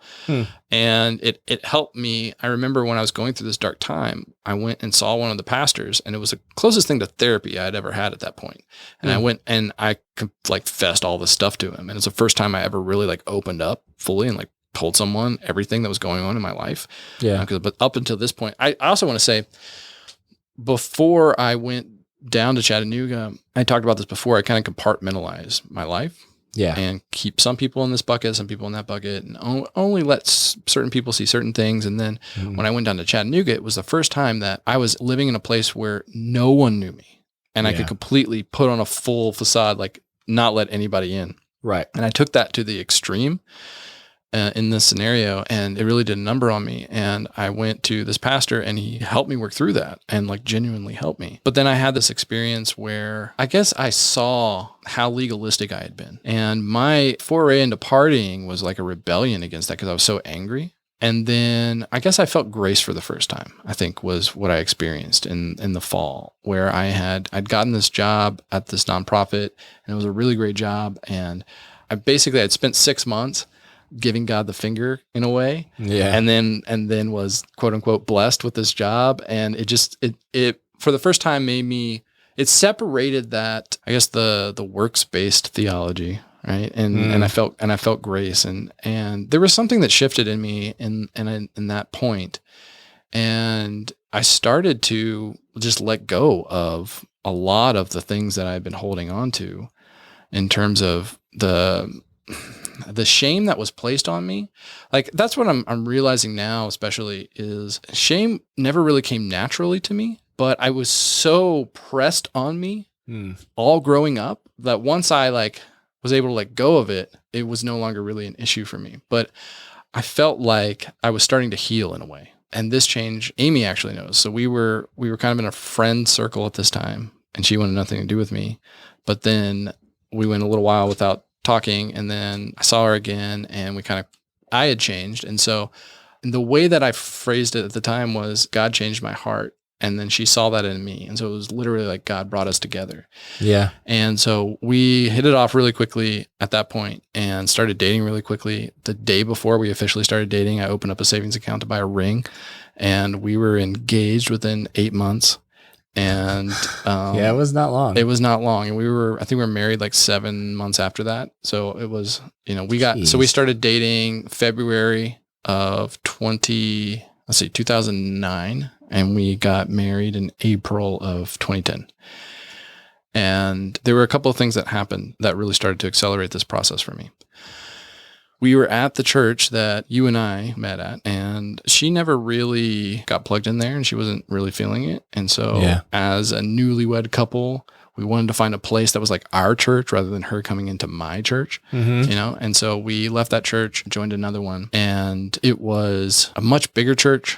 And it was more performative, but we did get plugged into a small group that we actually liked. We made some friends there, but the people in the small group thought differently than me about some things and kind of exposed me to some new ideas. And I remember they turned me on to this book called Pagan Christianity.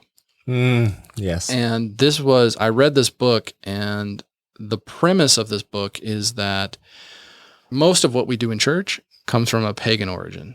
Right. So that means from the culture, not from scripture or whatever. And what they say is that a lot of that is redeemable for Christ, but some of it is not redeemable for Christ because it goes directly against apostolic principles. And it laid out like these are the 10 things, and these are all things that we do. And it opened my eyes to like really, well, I wouldn't say it opened my eyes so much as it helped me have a language for the things that I had been sensing, but couldn't quite like put into words what I was seeing and what I felt was wrong. And it helped me to really see that and clarify that.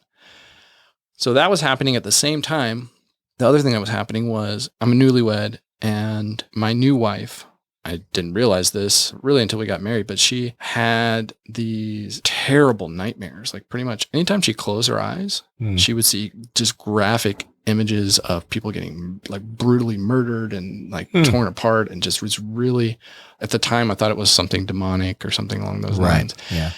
And I remember I would pray for her every single night before she went to bed for over a year, our first year of marriage, and pray that God would relieve her of that, because she's such a sweet person. Like, why, like she does not deserve to experience this essentially torture. And I prayed and I prayed and I prayed and I prayed and I prayed, and nothing ever changed.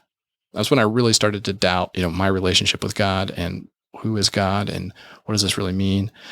But there was still a lot going on in my life. This is around the time when I left my first job to start my own business the first time, and then failed miserably. And then we ended up out across the country and I started working, and this is in the Northwest, and I started working at a Bible software company. And I think that like my friends and family who knew me from like the conservative circles thought I moved out to the Northwest and I got super liberal. And like, I haven't actually told anyone that I'm not a Christian anymore, but I think some people have kind of picked up on it. But I think they think that I went out there and then it happened to me. Like what happened, actually, that's not what happened. I went out there and I was still in kind of a bubble because in this Christian world, but it was really interesting because I was around legitimate scholars from a lot of different camps. It was a big company. And I was exposed to a lot of different theology because at the time I was really getting to like the theology piece. It was along the same lines, but I was all of a sudden like working alongside Catholics. Never done that before. I was taught that Catholicism was a cult. Right. But I really like these guys. So that's weird. Like there's some of my favorite people here. They can't be all bad. And it was just all these breaking down of these, Well, to be fair, there's a lot of good people in really bad cults. Not saying Catholicism's a cult. It's not, but yeah. Just throwing that out there.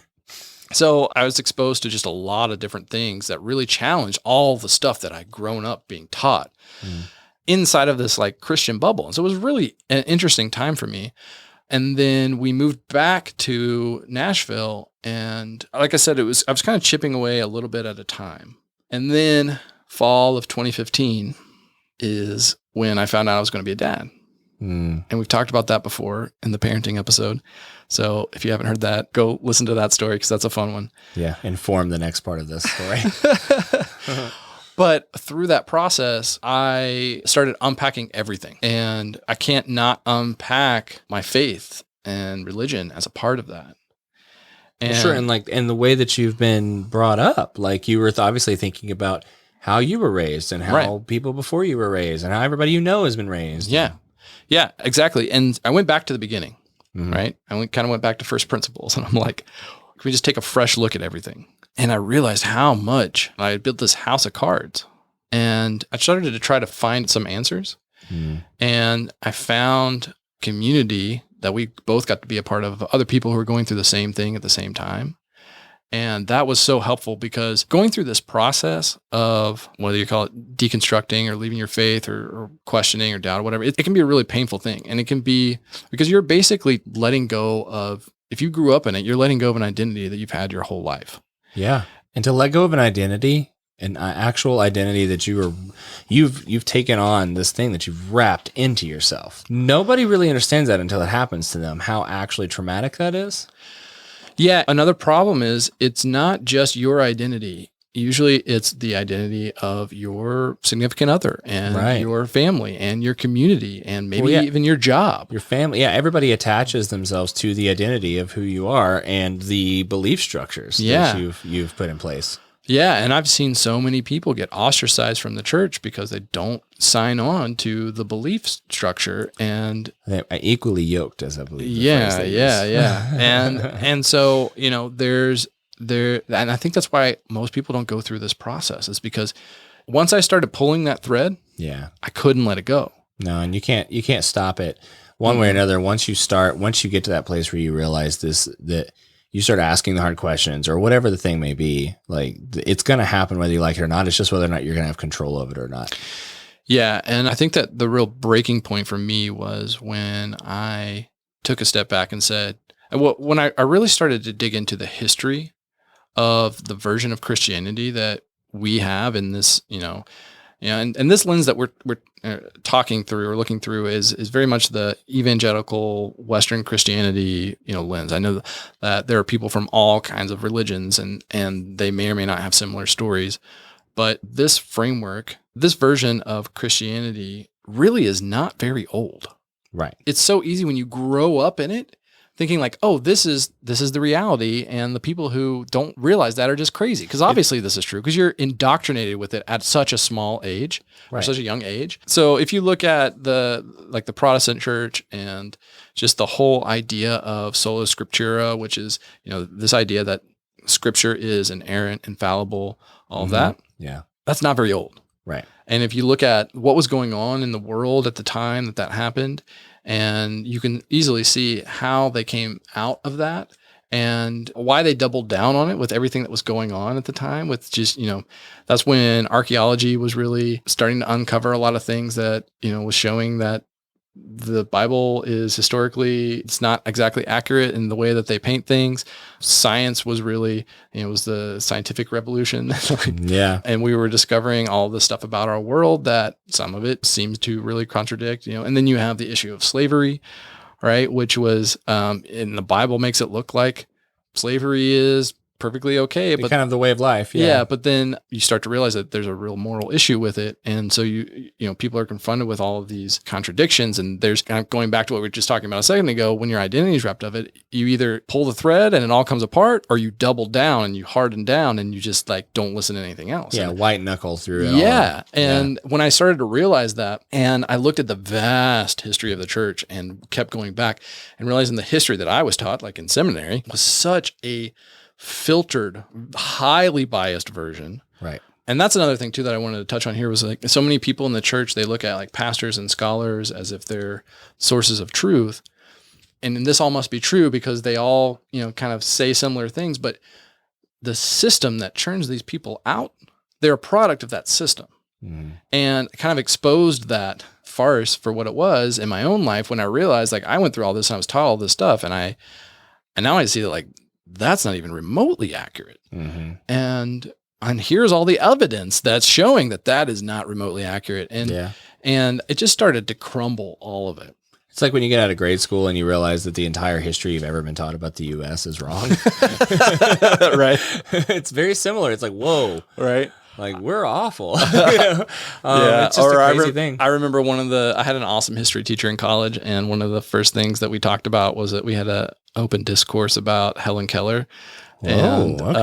And how, and what really was around whether or not the heroification of historical figures. And she is kind of propped up as like this person who overcame these crazy odds to become a successful member of society, despite all of her, disadvantages and all this stuff. And what they completely leave out is that later in life, she became a radical socialist because, and like said that like I couldn't have done this except for my privilege, and all the history books are just like they completely leave that part of it for sure out. And it's so funny. I remember very few things from school, but I remember that because the way that it was taught. Well, in a similar way, actually, when I was in seminary, I can take your early evangelical history a step further. One of the things that always stuck with me in that regard was I remember sitting in a class where we were taught about the Gnostic Gospels and essentially how the Council in Nicaea in, the 300 AD, 321 or 323, something like that. Somewhere around there. Yeah. The whole thing was built around this idea of like politicians getting together and deciding what books of the Bible should be included in the Bible. That's when they created the Bible and was like, these things don't make sense for us. And this doesn't serve us politically. So we're not going to include these things. And there was a guy, I want to say his name was Arius. I haven't thought about these things in years. Who, was this crazy person who was so passionate about this idea that he was trying to get this doctrine in there that Jesus was created, not always existed. And he had this phrase called, there was a time when the sun was not. And that was his SON. And that was his big phrase. He put it on like his own sign, and he stood on the top of the tables and danced and had this whole song around it and had this whole thing. He would get people that was following him and would parade around the building that the council was taking place in to chant that there was a time when the sun was not. And this whole idea that like God created the sun, it was not a Trinity.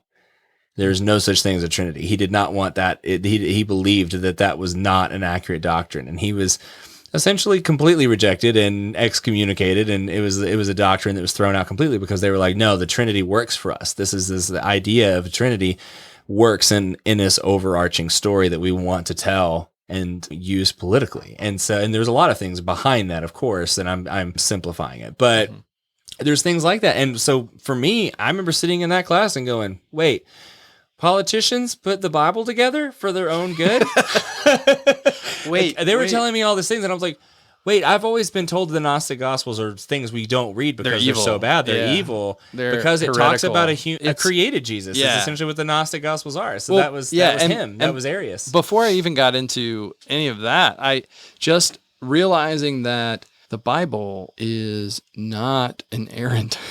Right. And anytime I tried to reason through this while I was in school. And this for a Christian, especially an evangelical, is like heresy. Yeah, it is. You have to realize you're committing the biggest crime ever by trying to believe this. Right, because that's the one thing we can rely on. Sola Scriptura. Like that, and realizing that it was written by humans with specific views, having a specific conversation, trying to make specific points, and then was edited by specific people trying to make specific points at certain times in history. And it's a conversation that's happened over thousands of years. Not to mention the endless amounts of translations that have happened from dead languages. Yeah. And so, and you're missing all this context, and you can have these experts, but like it's very much an art form rather than a science. It is, yeah. And even the people who try to translate the language, like it's still dead languages. They're still translating it to the best of their knowledge in a time that has no correlation to when it was written. So it's all interpretation. Right. So let me kind of back up a second. So that was the breaking point for me where it really started to really fall apart. But the interesting thing that happened as a result of this was, let me ask you this. What would you say if you could sum up in one word is the goal of evangelical Christianity? perfection. I don't know. There's a lot of things. Yeah. So sanctification. Sanctification. Sanctification yeah, for sure. is the word you're like. So it's the idea that we become like Christ. Right. Yes. For And so we talk about like the gifts of the Spirit, and that's the evidence that you're becoming like Christ. So being more loving and patient and all of those things. I started to go down this path where I was walking away from the idea of God. And the weird thing was that when I started, it was like I felt like God was taking me in that direction until there was no God. And prior to all of this, the way I viewed like atheists or agnostics or people, I thought that, I was taught that they're basically evil and they're trying to tempt people away. Sure, yeah. And like they have this agenda. Yeah, they have this agenda and all this stuff. And that the only way to be good, to be a good person, is to be in a relationship with God. Yeah, you can't do it on your own. You're never enough. Exactly. And the farther I walked from God, the more I started to look like Christ. Yeah. It's like all the things that we talk about. Like I started to care about other people in the world. I felt like I was seeing colors for the first time. I was so much more compassionate and patient and loving and joyful, and all this stuff was coming out as a result of letting go of my faith. Sure. It took a while to really reconcile that because it didn't make any sense to me. It was completely opposite of everything that I had grown up believing. But because of the experience, it didn't take very long for me before I really started to embrace it. And I let go, and I really moved into this world of scientific materialism where information we can take in with our five senses, like this is all of reality. Right. And man, that was so freeing. It was this place of rest for me. And it was the first time I felt like I could fall in love with science. And I was essentially taught that science was our enemy. Yep.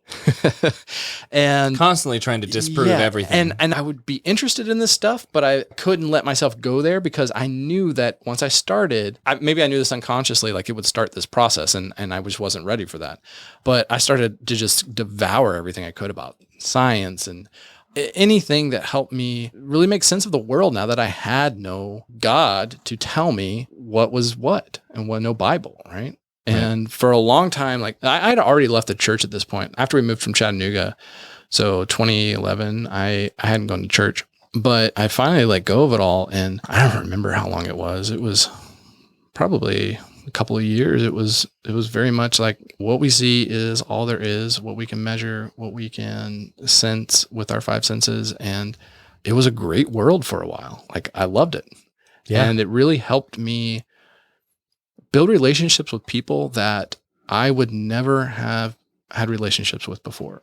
And it broadened my horizon. And I'm so grateful for that time in my life. And as painful as it was at times, I'm a completely different person and so much better of a person for having gone through it.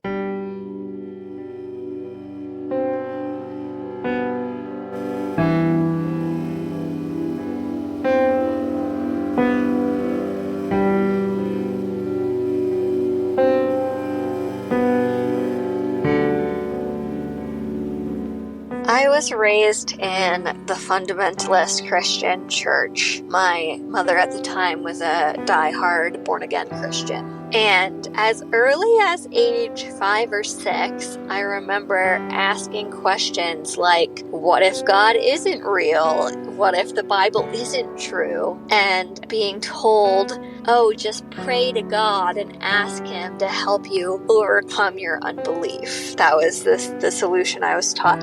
And I thought at the time, that's so silly, because why would I pray to someone who might not exist if I'm asking if they don't exist?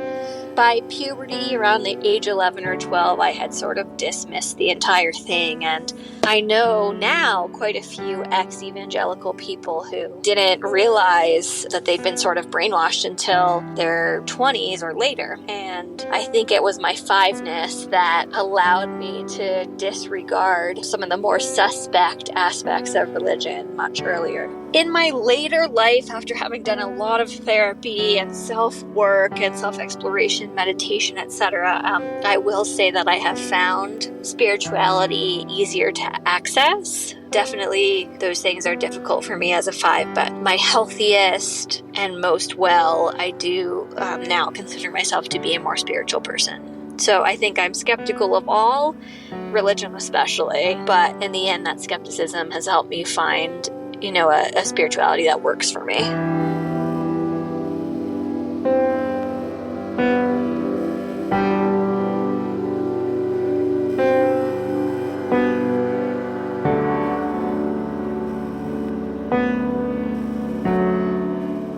I find it difficult to engage with spirituality. I consider myself a pretty spiritual person, actually. I grew up religious in a Catholic household, so the foundation of having that belief kind of was always there in my life. But, through whatever happens in life and whatnot, it just didn't vibe for me. Like, Catholicism was not it. But it also definitely kind of helped me understand spirituality better, because it's not necessarily the religious aspect of it, but more so just kind of like the belief within yourself and how that in tune gets translated into like the universe, and just kind of like that back and forth exchange of the energy that you kind of have going on. Yeah, oftentimes I feel like people, they don't really clock me as a spiritual or religious person, someone that kind of has those sorts of beliefs, just because I do tend to keep things very like black and white with my knowledge, and that's a big gray area. But spirituality is just as important as having a basis in facts, because it is ultimately just like the belief within yourself and your place in the universe, and if you don't have that, then it brings a lot of stress along.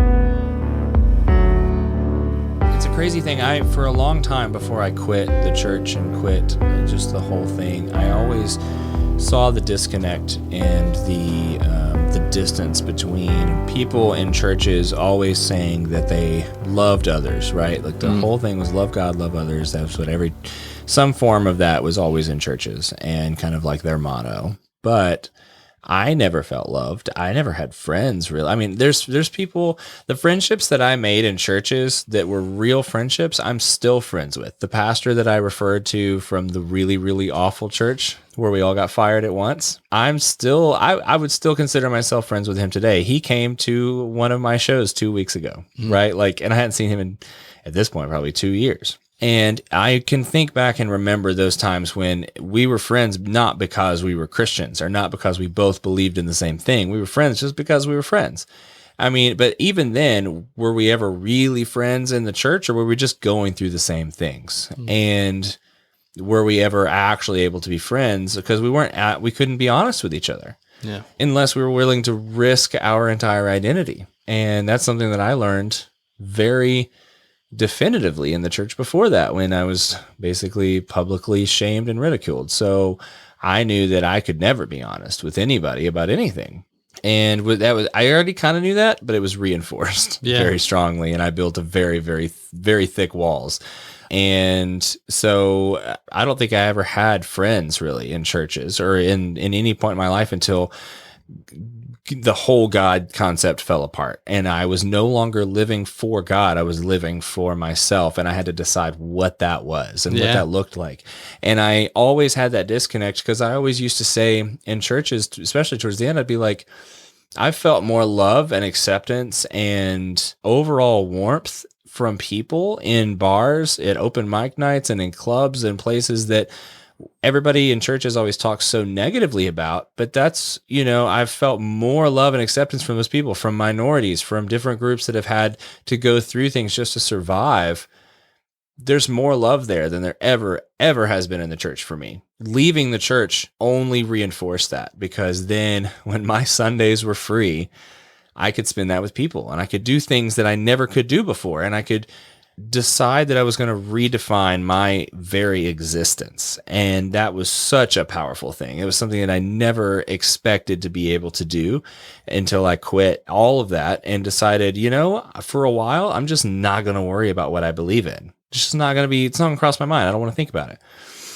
I'm just going to exist and live and be and see what happens. So it's interesting because having gone through that experience, and then it was around that time too that I experienced a lot of that towards the end of my time in Nashville. And so when I lost my job up there and decided that the only real course of action was to move back home, which I really didn't want to do, but I didn't really see any other way around it. And so I moved back to my hometown and pretty quickly started dating someone who had no spiritual baggage at all because she never went to church. And honestly, it's that was my favorite thing about her in the beginning, was like she did not understand any of my trauma. And I loved that because I didn't have to compartmentalize. We just didn't talk about it. Like, it was just easy. And I could talk about it with her when I was ready. And she was there to listen, but she didn't have her own baggage or her own upbringing fighting against the things that I'd been through or the things that I had rejected or any of those things. And so that was interesting. But I moved in with my parents to make it a little easier to get back on my feet and find work and start over yet again, while also wanting to be close to my grandmother. So, and we've always called her Granny. So I will from here on, henceforth, call her Granny. She also lived with my parents. So I thought, it's kind of a win-win. I can spend more time with her. She's getting older. Before that, she had an incident where she fell on her head, and it was a really terrifying situation, and she was never quite the same. So I thought, you know what? It's kind of a win-win. I can move home. I can spend some time with my family. I can get back on my feet. I can spend time with her and help take care of her a little bit and just be with her. So I had been living at home for a little over a year when Granny's health began to decline. Thanksgiving of 2017 would be the last we would spend together, and she would be gone less than a month later, which was just crazy. I remember she was helping my mom. Less than 2 weeks later, we found out that she had cancer, and the doctors were like, we really shouldn't do any, we could do treatments if you want. And I remember sitting in the room and her going, I've had a good life. I've had a long life. I think I'm all right. And sitting there and hearing her say that after everything that I had been through and all of these things, and it didn't hit me in that moment, but there's something very intimate and holy feeling about a moment when somebody becomes completely okay with death, like 100%. In that moment, I didn't recognize it as that. I just recognized it as a very deeply emotional and intimate moment that I was not ready for. And hearing her say that and being like, she just said she's going to die and she's okay with it. I didn't fully commit to that moment because it was still too separated from me. I didn't know when she was going to die. Little did I know it was 2 or 3 weeks later. So it happened very quickly. It was so advanced at that point. She declined very quickly. So she'd be gone a month later. And it was just something I did not know and realize in that moment. But my granny spent my whole life telling me the same stories over and over, as old people do. And from the time I was very little until I was an adult, she would repeat the same stories to me about my parents, about her and my papa, as we lovingly called him, about me and my brother, about everything. Until one day, she stopped telling me those stories. And I would ask her if she remembered them, and she would look at me blankly. So that was when I began telling her the same stories she had told me my whole life. I told them to her over and over and over again. And we would sit on my parents' porch, and I'd repeat her stories back to her. And she'd look at me with the biggest grin.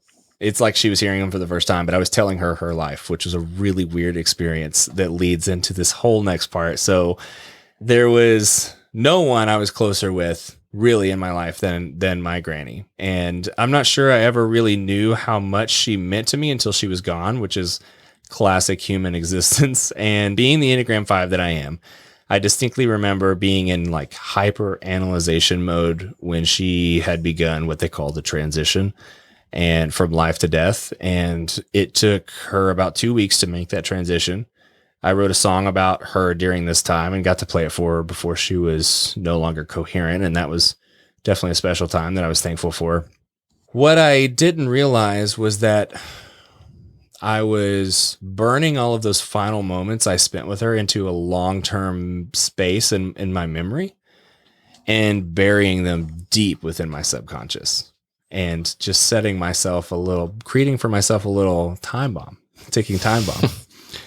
All the times she held my hand tightly like it was her last time, the times where I retold her the stories she had told me growing up, the hugs, the cheek kisses, the look on her face in her final moments. It was all there, just kind of waiting to come up again in the most opportune moment.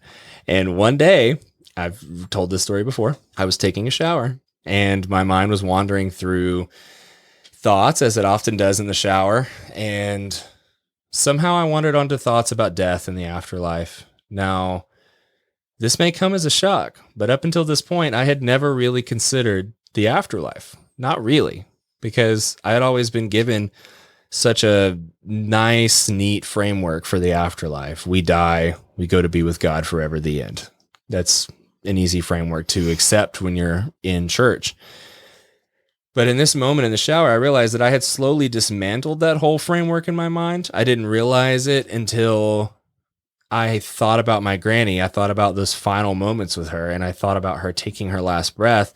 And then I thought about what happened after that, which to the best of my knowledge at that point was nothing. Nothing happens. We just die. And it was at this point that my mind immediately jumped to the idea of me dying. I had the very obvious and simple realization that one day I will die and cease to exist. My mind could not wrap around this idea. Everything broke down. I've never experienced anything like that. I immediately had such a visceral reaction. I feel like visceral is the word of this episode. I've said it so many times. A visceral reaction that I fell in the floor and couldn't breathe. I had this monster panic attack of all panic attacks. I thought I was having a heart attack, genuinely thought I was dying, which only made it worse, as you can imagine. And once I regained my control and centered myself and was able to move out of that panic, I decided that I couldn't truly deal with all of that emotion. And I buried it so I could process it in pieces to make it safer. It's the most Five thing ever to do in that moment. And that process really only backfired. And because what I found was that for what seemed like an indefinite future, I would have many panic attacks over and over again throughout the day, every day, for months, all the time. There wasn't a moment in any day that wasn't overtaken by the thought of me not existing anymore, and it completely wrecked me. So much so that I went to the doctor thinking that I was having heart palpitations and there was something wrong with me. And she was like, "You just have intense anxiety. You've probably always had this." And I was like, "No, I haven't." And then immediately my entire life flashed before my eyes. And I was like, "Yeah, you're right. I have. I've always been anxious. It's just really coming to the surface now." And that following New Year's Eve, my brother was in town. I told him about my death anxiety and everything that I'd been through and what I was experiencing. And he looked off for a minute into the distance, as he does, looked at me and said, "Well, I think of death the same way I think about the year 1942. And I naturally responded, "What do you think about the year 1942? And he said, "Nothing, because I wasn't there for it." And at first, this absolutely devastated me and made things so much worse.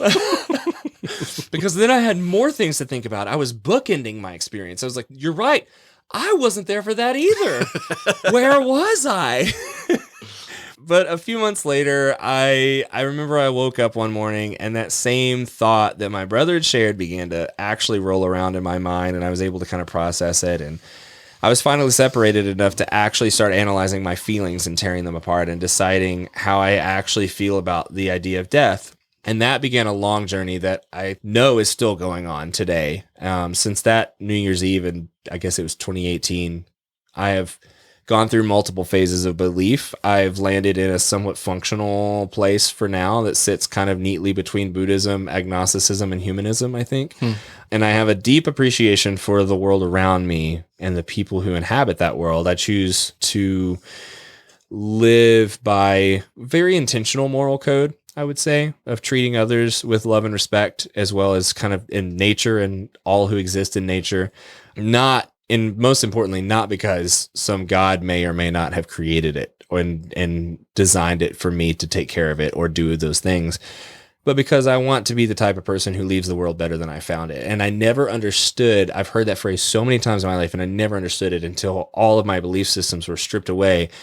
And I just cared about how I exist in the world for me and for those around me. And that completely changed the way that I treat everybody, including myself. My life has been reshaped by the concept of being a force for good in the world just because it's a better way to exist. It's also in many ways an easier way to exist. And not because some God in the sky is telling me to do that. I think that that's something that is a completely defining moment for me where it changed my direction with everything. And I would say that without the motivation of trying to win God's favor with my good deeds, my intentions, and my love for others, my love for others comes from a much purer place. If I'm nice to you, it's because I want to be, not because I feel like I have to be. Yeah. Losing my faith was by far the most painful and devastating thing I have ever experienced. And yet I wouldn't take it back for anything because I'm still working through my trauma. There are days I regress. There are days I still get triggered by Christian buzzwords. It happened the other day. Or feel as though I come face to face with my abuser, both metaphorically or literally in some instances, which also happened the other day. But I feel stronger because of it. And I know I can move past it, I guess, which is not something that I didn't feel before until very recently. But when I experienced such a long lasting and intense anxiety surrounding death, it awakened in me such a deep and truly, I would say, beautiful appreciation for all living things and each moment that I get to experience while I am alive. And I never had that before. Everything was looking ahead to some other existence or some other plane or other lifetime in heaven or a new earth. Yeah. But now I see that this might be all there is. And at the end of the day, I'm okay with that because this life is beautiful and I experience everything with gratitude and humility. Something that always comes to mind is it's something I'm in the middle of. It actually is what brought up this idea of me wanting to read through this book. Is Ram Dass said, we're all just walking each other home. And it's this idea that we're all just everybody dies. We're all going to get there. Yeah. It's just, how do we get there? We're all doing it. We're all helping each other to get there. And it's a holy moment that we all have to accept. And the anxiety around death is actually what started my reconstruction towards very intentionally putting together a belief structure that makes me feel like I can be a better person and give me some kind of moral code, because without it, I don't have one really. I have this general idea of what a good person should be, but I don't really have like a conscience or some voice in my head telling me like this is right or wrong. I don't, like you said before, I don't feel shame or feel like guilty about anything. So, but I know that I want to be a functional human in society with people who care about me, and I care about other people. So putting something in place that helps me with that. And also it's just really fun to believe in other things sometimes. It's not because my life and my eternal existence depends on it. It's like, what if reincarnation exists? I love that idea. What if there are millions of gods? I don't know. Like maybe there is, maybe there isn't. I choose to stay more on the agnostic side at this point in time in my life, because I don't want to be so arrogant as to say there's not a God. I acknowledge that maybe there's maybe there is a higher form of existence and a power that holds everything together. And whether that's God or we want to call it God, whatever that thing is, I won't say that I'm arrogant enough to say it doesn't exist. So that's kind of where I am. So as a youngin', I was very involved in the Christian Protestant church. And during that time, I read this book by Martin Luther King Jr. called Strength to Love. And I came across some passages that really spoke to me. For example, it says, the call for intelligence is a call for open-mindedness, sound judgment, and love for truth. It is a call for men to rise above the stagnation of closed-mindedness and the paralysis of gullibility. And now he goes on to say things about how nothing pains some people more than having to think, but we must think because there's no easy answers. And this next quote really spoke to me. He said, never must the church tire of reminding men that they have a moral responsibility to be intelligent. And that quote meant so much to me. I remember I went to my Facebook account and put it on my favorite quotes back when that was a really big deal on your Facebook profile. And I thought some people are going to see this and they're going to remember, oh yes, we have a moral responsibility to be intelligent. But as I grew older, I got more and more disheartened with my church seeming to falling into fear and emotion and judgment and not being open to the other and accepting of others. And really the truth and really researching the truth behind things. And I've had to learn that I can't tie my faith as a 5 into a church, and that's just not going to happen for me. It's now moved to a very personal space that is my own, and it's different, and it may not look like what my family would like it to look like, but it's mine, and that's okay.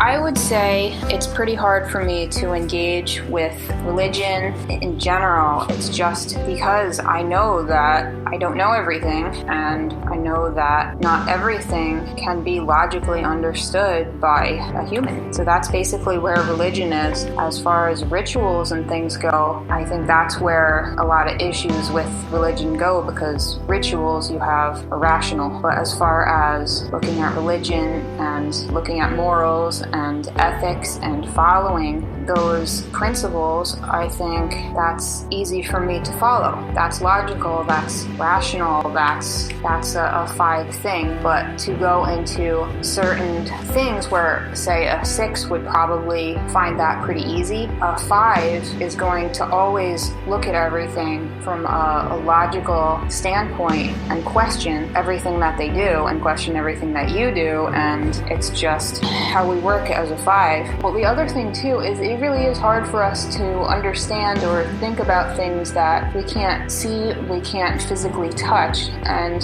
yeah, I mean, how do you understand something that isn't fully understandable?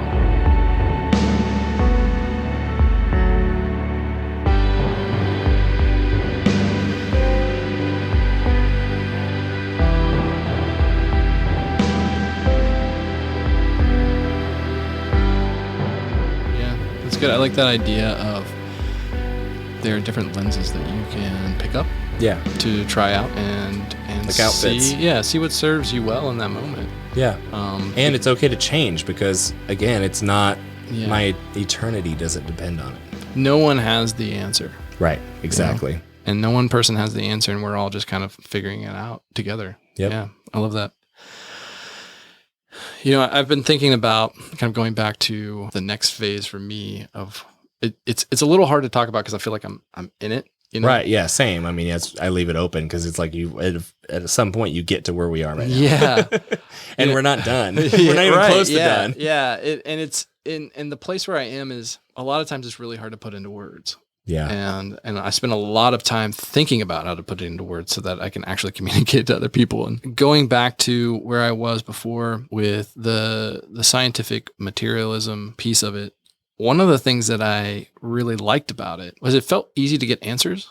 Mm-hmm. And it gave a really simple explanation for why the world is so fucked up. Sure. Yeah. Where essentially like it's all random. We're all these physical, biological machines essentially and disconnected from one another, and it's survival of the fittest. And, you know, our evolution just hasn't caught up with our society, like where we want society to be essentially. And so that's where we get all this tension is that we're constantly fighting against our biology, kind of these lower forms of thinking versus the higher ideals that we have. And I like that. It gave me... It's not untrue. Yeah, and it's not. You know, I think that the danger in that for a 5 is... Nihilism. Yeah. And you can't really just stay there. I mean, you can, but you have to have a limit. You have to be able to have your own limit somewhere. Yeah. So what I like to say is it doesn't end with nihilism. It starts with nihilism. Yeah. So I had to strip everything down to get to the point where I looked into the abyss. As we know you love to do anyway. And was completely at ease with it. At one point, I tried to kind of put into a succinct way as possible, because I still don't consider myself part of any religion or any really belief system at this point. Yeah. The whole notion of beliefs is kind of an archaic idea to me. Sure. Yeah, I agree with that. But I came up with this framework that I like to go as a starting point, right? So first of all, the universe is meaningless. Mm-hmm. And I think you have to start there. If you look at where we are in just human existence, it's such like a tiny blip And if you just look at the span of time and the way that life has progressed and will progress, where we're all just burn up in the sun, it erases everything. Like none of it means anything. Right. But as humans, we have this seemingly unique ability. It's unique as far as we know to, in this meaninglessness, create meaning. Mm. Before, when I would hear something like that, I don't know, it sounded kind of hopeless. Yeah. But now I look at that and I see that as it's actually really empowering, which means that I'm a co-creator of my life. Right. Yeah. You know? And so the universe is meaningless. We have a unique ability to create meaning. And sometimes we create meaning in such a way that we experience what we perceive as a transcendence above our five senses. Mm. And when we do that, sometimes we call that God. Yeah. And sometimes we call it other stuff. Yeah. Sometimes we call it love. You know? Yeah, that's true. Sometimes we call it a great trip. I don't know. I think that's been the sort of base foundation for where I tend to be. Like whenever I'm allowing myself to have different thought experiments or maybe pick up a lens to see what it's like to view through, I usually come back to that place. And I will say that as comforting as it was for me to kind of live in this scientific materialism space, I couldn't actually stay there very long. Yeah. I wanted to. But you can't just leave it at that. That's the problem. Well, yeah. See, the problem is that there are certain experiences that I've had in my life that I just can't really reconcile with that. Mm. At least at the point where our current scientific understanding. So I've talked about hypnosis. Yep. And I've shared how I've had some crazy experiences with that. Almost like non-ordinary reality kind of experiences. And it's so hard to put into words because when you're sort of working at that level, really kind of letting your subconscious mind drive things, it can be a bit nonsensical and it's hard to know how you know things, right? It's not an analytical process. Right, yeah. But sometimes there are just, like, for lack of a better word, almost like downloads where it's just like, boom, I just, without thinking about it, like, oh, that's what that means. And it's like this deep truth that you feel in your bones. And which I feel like everybody can relate to in some way. I feel like most people have probably had an experience where they felt like something deep within them was telling them, oh, this is how this is. Mm-hmm. Or you have this unexplainable intuitive moment about somebody else and you figure out a deep truth, whether that's your own subconscious being super analytical and just breaking the code and figuring out what somebody else is, what makes them tick or whatever the thing may be. But sometimes you just know things. People, I mean, there's countless stories of human beings just knowing things and you have no idea how they knew that thing. Mm-hmm. Other than like, are all humans connected? Like, you know, mothers knowing when their child around the world is in trouble or something. I mean, crazy things. I have some stories. Yeah. Okay. About like not quite that extreme, but the first story is I was doing a hypnosis session and it was something about like knowing yourself better or something along those lines. Mm-hmm. And it was pretty straightforward. And when I was going through it, I was listening to an audio and it has you walk up to a mirror and see yourself as you are and have a conversation with yourself. And so my subconscious placed me in this like really cool attic, like you'd see on like the Goonies or like, you know, I was thinking Lion Witch in the wardrobe. Yeah. And there's this huge mirror and I walked up to it fully expecting to see my reflection, but I did not see my reflection. Instead, what I saw was, as best I can describe it, almost like a charcoal colored mist. If you've seen Lost, it's I was gonna say kind of reminds me Lost. of like the smoke monster, but it wasn't quite like that. It was hard to explain. It wasn't like a smoke. It was like a charcoal colored mist. It's the best I can put it into words. I mean, yeah, I get that vibe from you all the time. Oh, yeah. You're a charcoal mist. And then it changed into a geisha. And then it changed again into a Japanese woman, middle-aged Japanese woman. I sensed that it was like in the 60s era, kind of.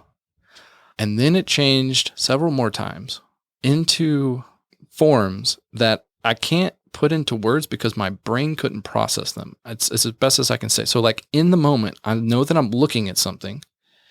Like I'm looking at it, but at the same time, my analytical brain is like, I have no reference for anything at all that's similar to that. Mm-hmm. And so I like, as soon as it's gone, it's gone because I can't store it because there's no model for it. It's actually new. It's actually new. Yes. Yeah. And it happened like 3 or 4 times, these different forms. And to this day, I still can't remember what they look like. I just know that I was viewing them. Yeah.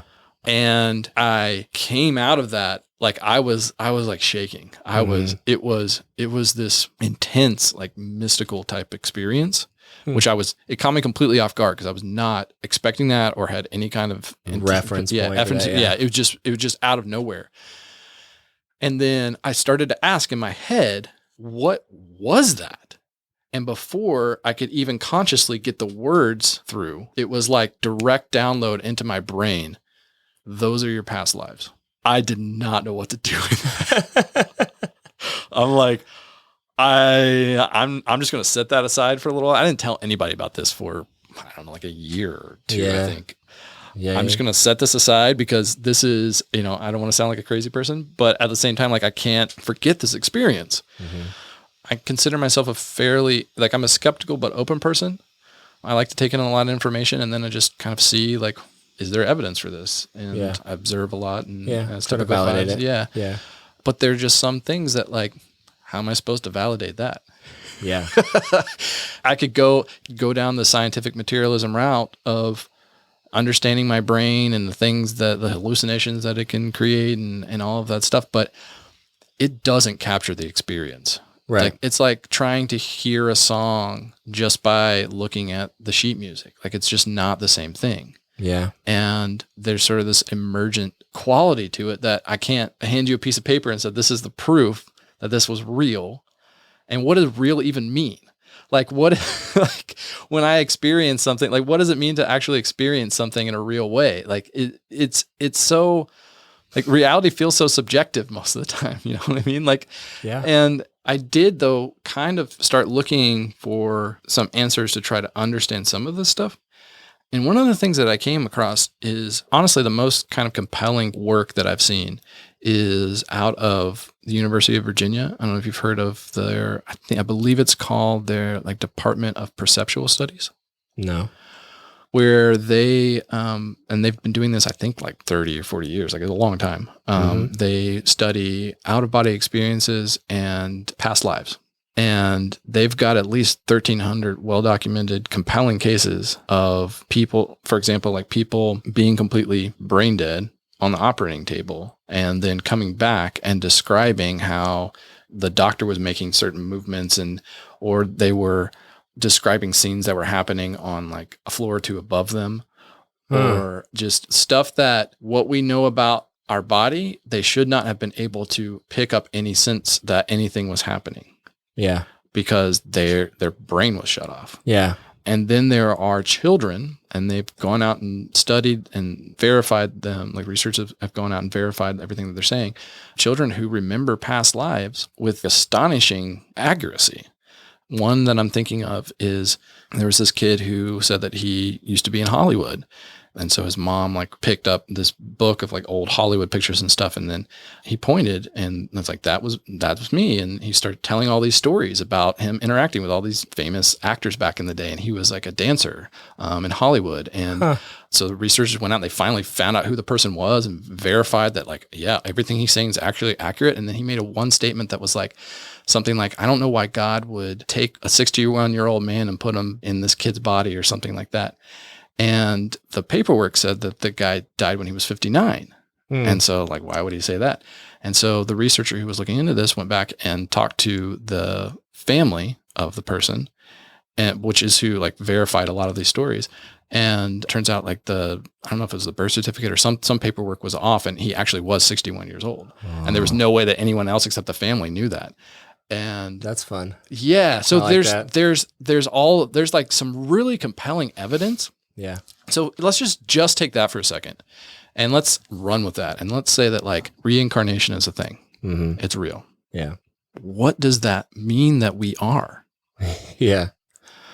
Right? Because it automatically means we're more than our bodies. We're more than our physical selves. And so then you have to ask that question of, is our body generating consciousness, or is our body like a receptor of consciousness? Because if reincarnation's like actually real, then it seems like it'd be more the latter. And that just opens up a whole other like, because then we're just reflecting a version of ourselves that's existed much longer than this body has. Yeah. Or who the hell knows? Like, you know, and so kind of coming back around to, in the beginning, we talked about, you know, religion and spirituality, and where the spirituality piece comes in is there's this saying that I feel like is just really trite at this point of like, I'm not religious, I'm spiritual. Yep. And I really like, I kind of cringe when I hear people say that. And I don't, if they mean it literally, it makes sense. But there is a difference. And I don't even know if I would consider myself spiritual at this point. Yeah. But the way that I think about those two things is spirituality is about understanding the relationships between things. So between myself and others, between myself and the earth, between myself and the universe, within myself, all these things, right? Yeah. Religion is the structures that we build around those relationships to try to protect them. And so I like to use the analogy of, let's kind of take the religious piece out of it for a second. Let's say that, you know, there are two couples. One, they've never been married, but they live each day loving each other, and they're trying to help the other person become the best version of themselves. And they communicate openly and honestly and sacrifice for each other when out of love. And they're building a beautiful life together. And then you've got another couple who's married. They can't communicate honestly. They're both miserable, but they're committed to staying in the marriage. And neither of them are looking or helping the other person become the best version of themselves. They're just looking out for themselves. Which of those two couples are the most married? Right. Yeah. Right. It's the first one, right? So I like to think about it like that, because when you realize that the structure is not the thing, it's the relationship that's the thing. Right. And so this is why I don't judge people who are still part of religions, because you can have a great relationship still within that structure, whatever those relationships are. I think that there are points where the structure contains it to where it can only grow so far. Yeah. And so you've got to make the choice of how much you want to grow in this lifetime. But the relationship is what the focus is. And that's how I think about when I'm looking at the world around me. I'm thinking in terms of, what is my relationship to those things? What is my relationship to my neighbors here in this neighborhood? What's my relationship to you? What do I want that to actually look like? And what am I committing to for those around me and for myself and for my family and for the greater good, whatever that means? And just thinking through like how I want to serve in that way. And I feel like when you start to, like coming back around to the reincarnation piece, when you start to broaden your horizon, you start to break down some of those structures, because I also think science can be, so the scientific establishment can be some of those structures. And so when you start to break some of those down and expand what those relationships mean, that's when you start to grow as a person. Well, it's kind of idea of like, if you're using the structure as a lens to see something in a certain way, and you're using it as a perspective, then it's all good. It's all healthy. It's fine. As soon as you start using the structure to identify with something, or it becomes the structure, right? Yeah. Everything becomes the structure. The structure becomes the focus. Exactly. Yeah. Then it's like you realize you've crossed that line into, you lost sight of the thing you were trying to believe in. You're now just consumed. It's like, and it's not like being in the Matrix, but it's like, I don't know, Stockholm syndrome, where you get lost in the world and you're no longer, it's like Inception. That's what it's like. Okay. You fall asleep and you forget you're dreaming and you get stuck there. Inception is an interesting example though, because which is the dream and which is reality? Exactly. And I feel like we're constantly trying to get down to like, what is the base reality? It can be really frustrating to me, especially because I got started with science so late in my life. Yeah. And I'm not a scientist. And if I hadn't had the constraints that I had when I was younger, I probably would have gone down a field similar to that. I don't know what it would have been, but it would have been probably some science related field. But what I am learning about science these days, I'm super into quantum physics and that kind of stuff, because that's like the source code, the more you learn about that, like that's like the source code.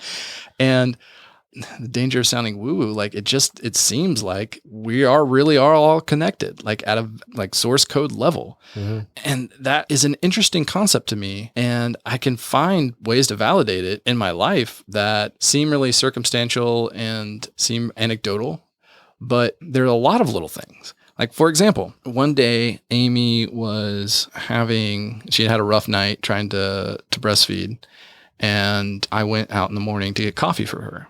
I was talking with the person at the drive-thru and the coffee place, and I told him about what was going on, and she was having a rough night, and that's why I was out getting coffee for her and stuff.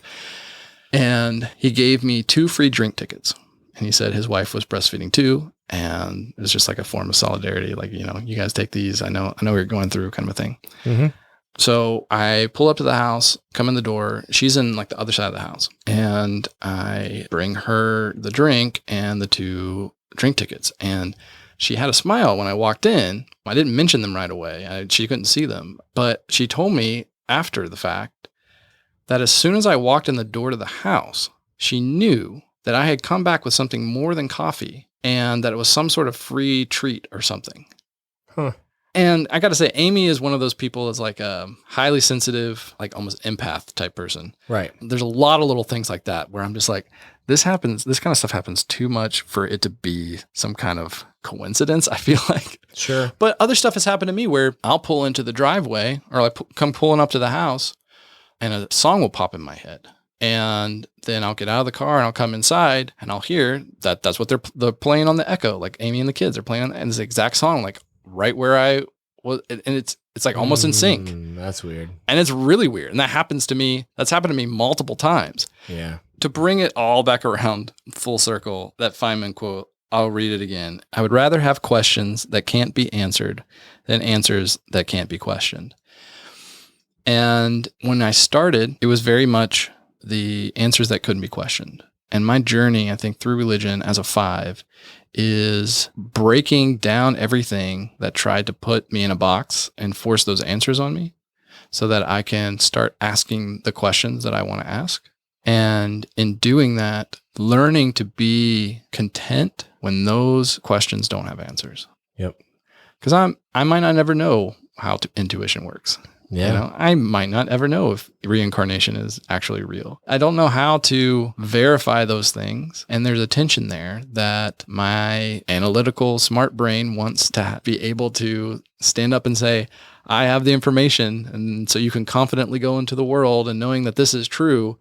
But I'm not going to have that. And so I've got to learn how to operate in the world and just gain my confidence from who I am rather than what I know. Yeah. It's really the only way to be a 5 out of this conversation, or as a 5 can be out of this conversation. It's the only way to move on. So I don't have answers, and I think I'm finally okay with it. I've just very recently come to a place where a switch flipped, and all these things that I've been reading and learning about and trying to be okay, the things that when I was trying to basically self-medicate with knowledge for my death anxiety, because death was I don't know why it was such a big thing. I mean, obviously my grandmother's death was traumatizing, and that was kind of what spurred it all on, right? But it's more than that, because for me, when I was a Christian, death never really made sense. Not death itself, but what happened after we die. Like, how do we believe in that? Like, how do we believe in a whole other world? And how is that not considered fantasy when they tell me that Harry Potter isn't real? You know what I mean? Lord of the Rings is fantasy, but yet we believe in an entire heaven. So anyway, I digress. But when that was all taken away, I had to try to start filling that void that I had created. And I started reading all these books and trying to learn all these things. And it never really stuck because it was too new of a concept for me to try to get. And I read some books that were kind of like entry level into basically what we've been talking about for the last 20 minutes. And I think that I didn't get it until very recently, like maybe a couple weeks ago. I woke up and I was okay if I died that day, because I didn't know, I couldn't put it into words until I started reading the book that I'm currently in, which is Walking Each Other Home by Ram Dass, where it's this idea and he wrote the book because he wanted people to be okay with death, because if you know how to die, you know how to live. And the things that he says in this book resonated with me because it gave me words for the feelings that I had. I knew that something had switched where because I'm okay with death, it meant that I was okay with life. And if I'm okay with life, it means I'm okay with existing and I'm okay with dying. And it all kind of comes full circle. And I'm able to finally start getting out of my own way and separating myself from my ego, which is something that it defines everything, right? It's what we identify as ourselves, but really it's just our attachments to everything. And it wasn't until recently I started realizing how not attached to all the things that I have in my life I actually am. But the people and the experiences that I've had and the knowledge that I've had was my kind of like last level of attachment that was really hard for me. And it's still hard for me. I'm not there, but I acknowledge that it's attachment and that it's something that I have the ability to let go of. And I think that, it's a journey. And if we can get to a place where we're not attached to all of these things and we can get out of the way, then maybe we can actually find a little bit of peace and just be in the moment and not be constantly getting out of the moment and looking back into it from outside and being the Enneagram 5 that we are and listening to podcasts like this one.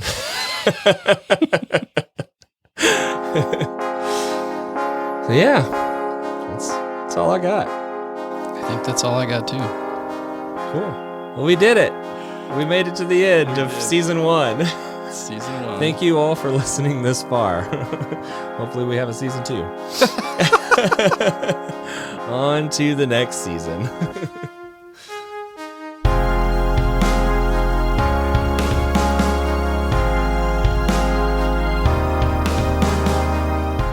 Hey, it's Josiah, and I wanted to say thank you for listening to this episode. If you enjoyed this episode and you're the type of person who likes helping others, would you do us a favor and share it with other people like you? If you found value in this conversation, they will too. I also want to give a special thanks to our community members who shared their voice with us in this episode.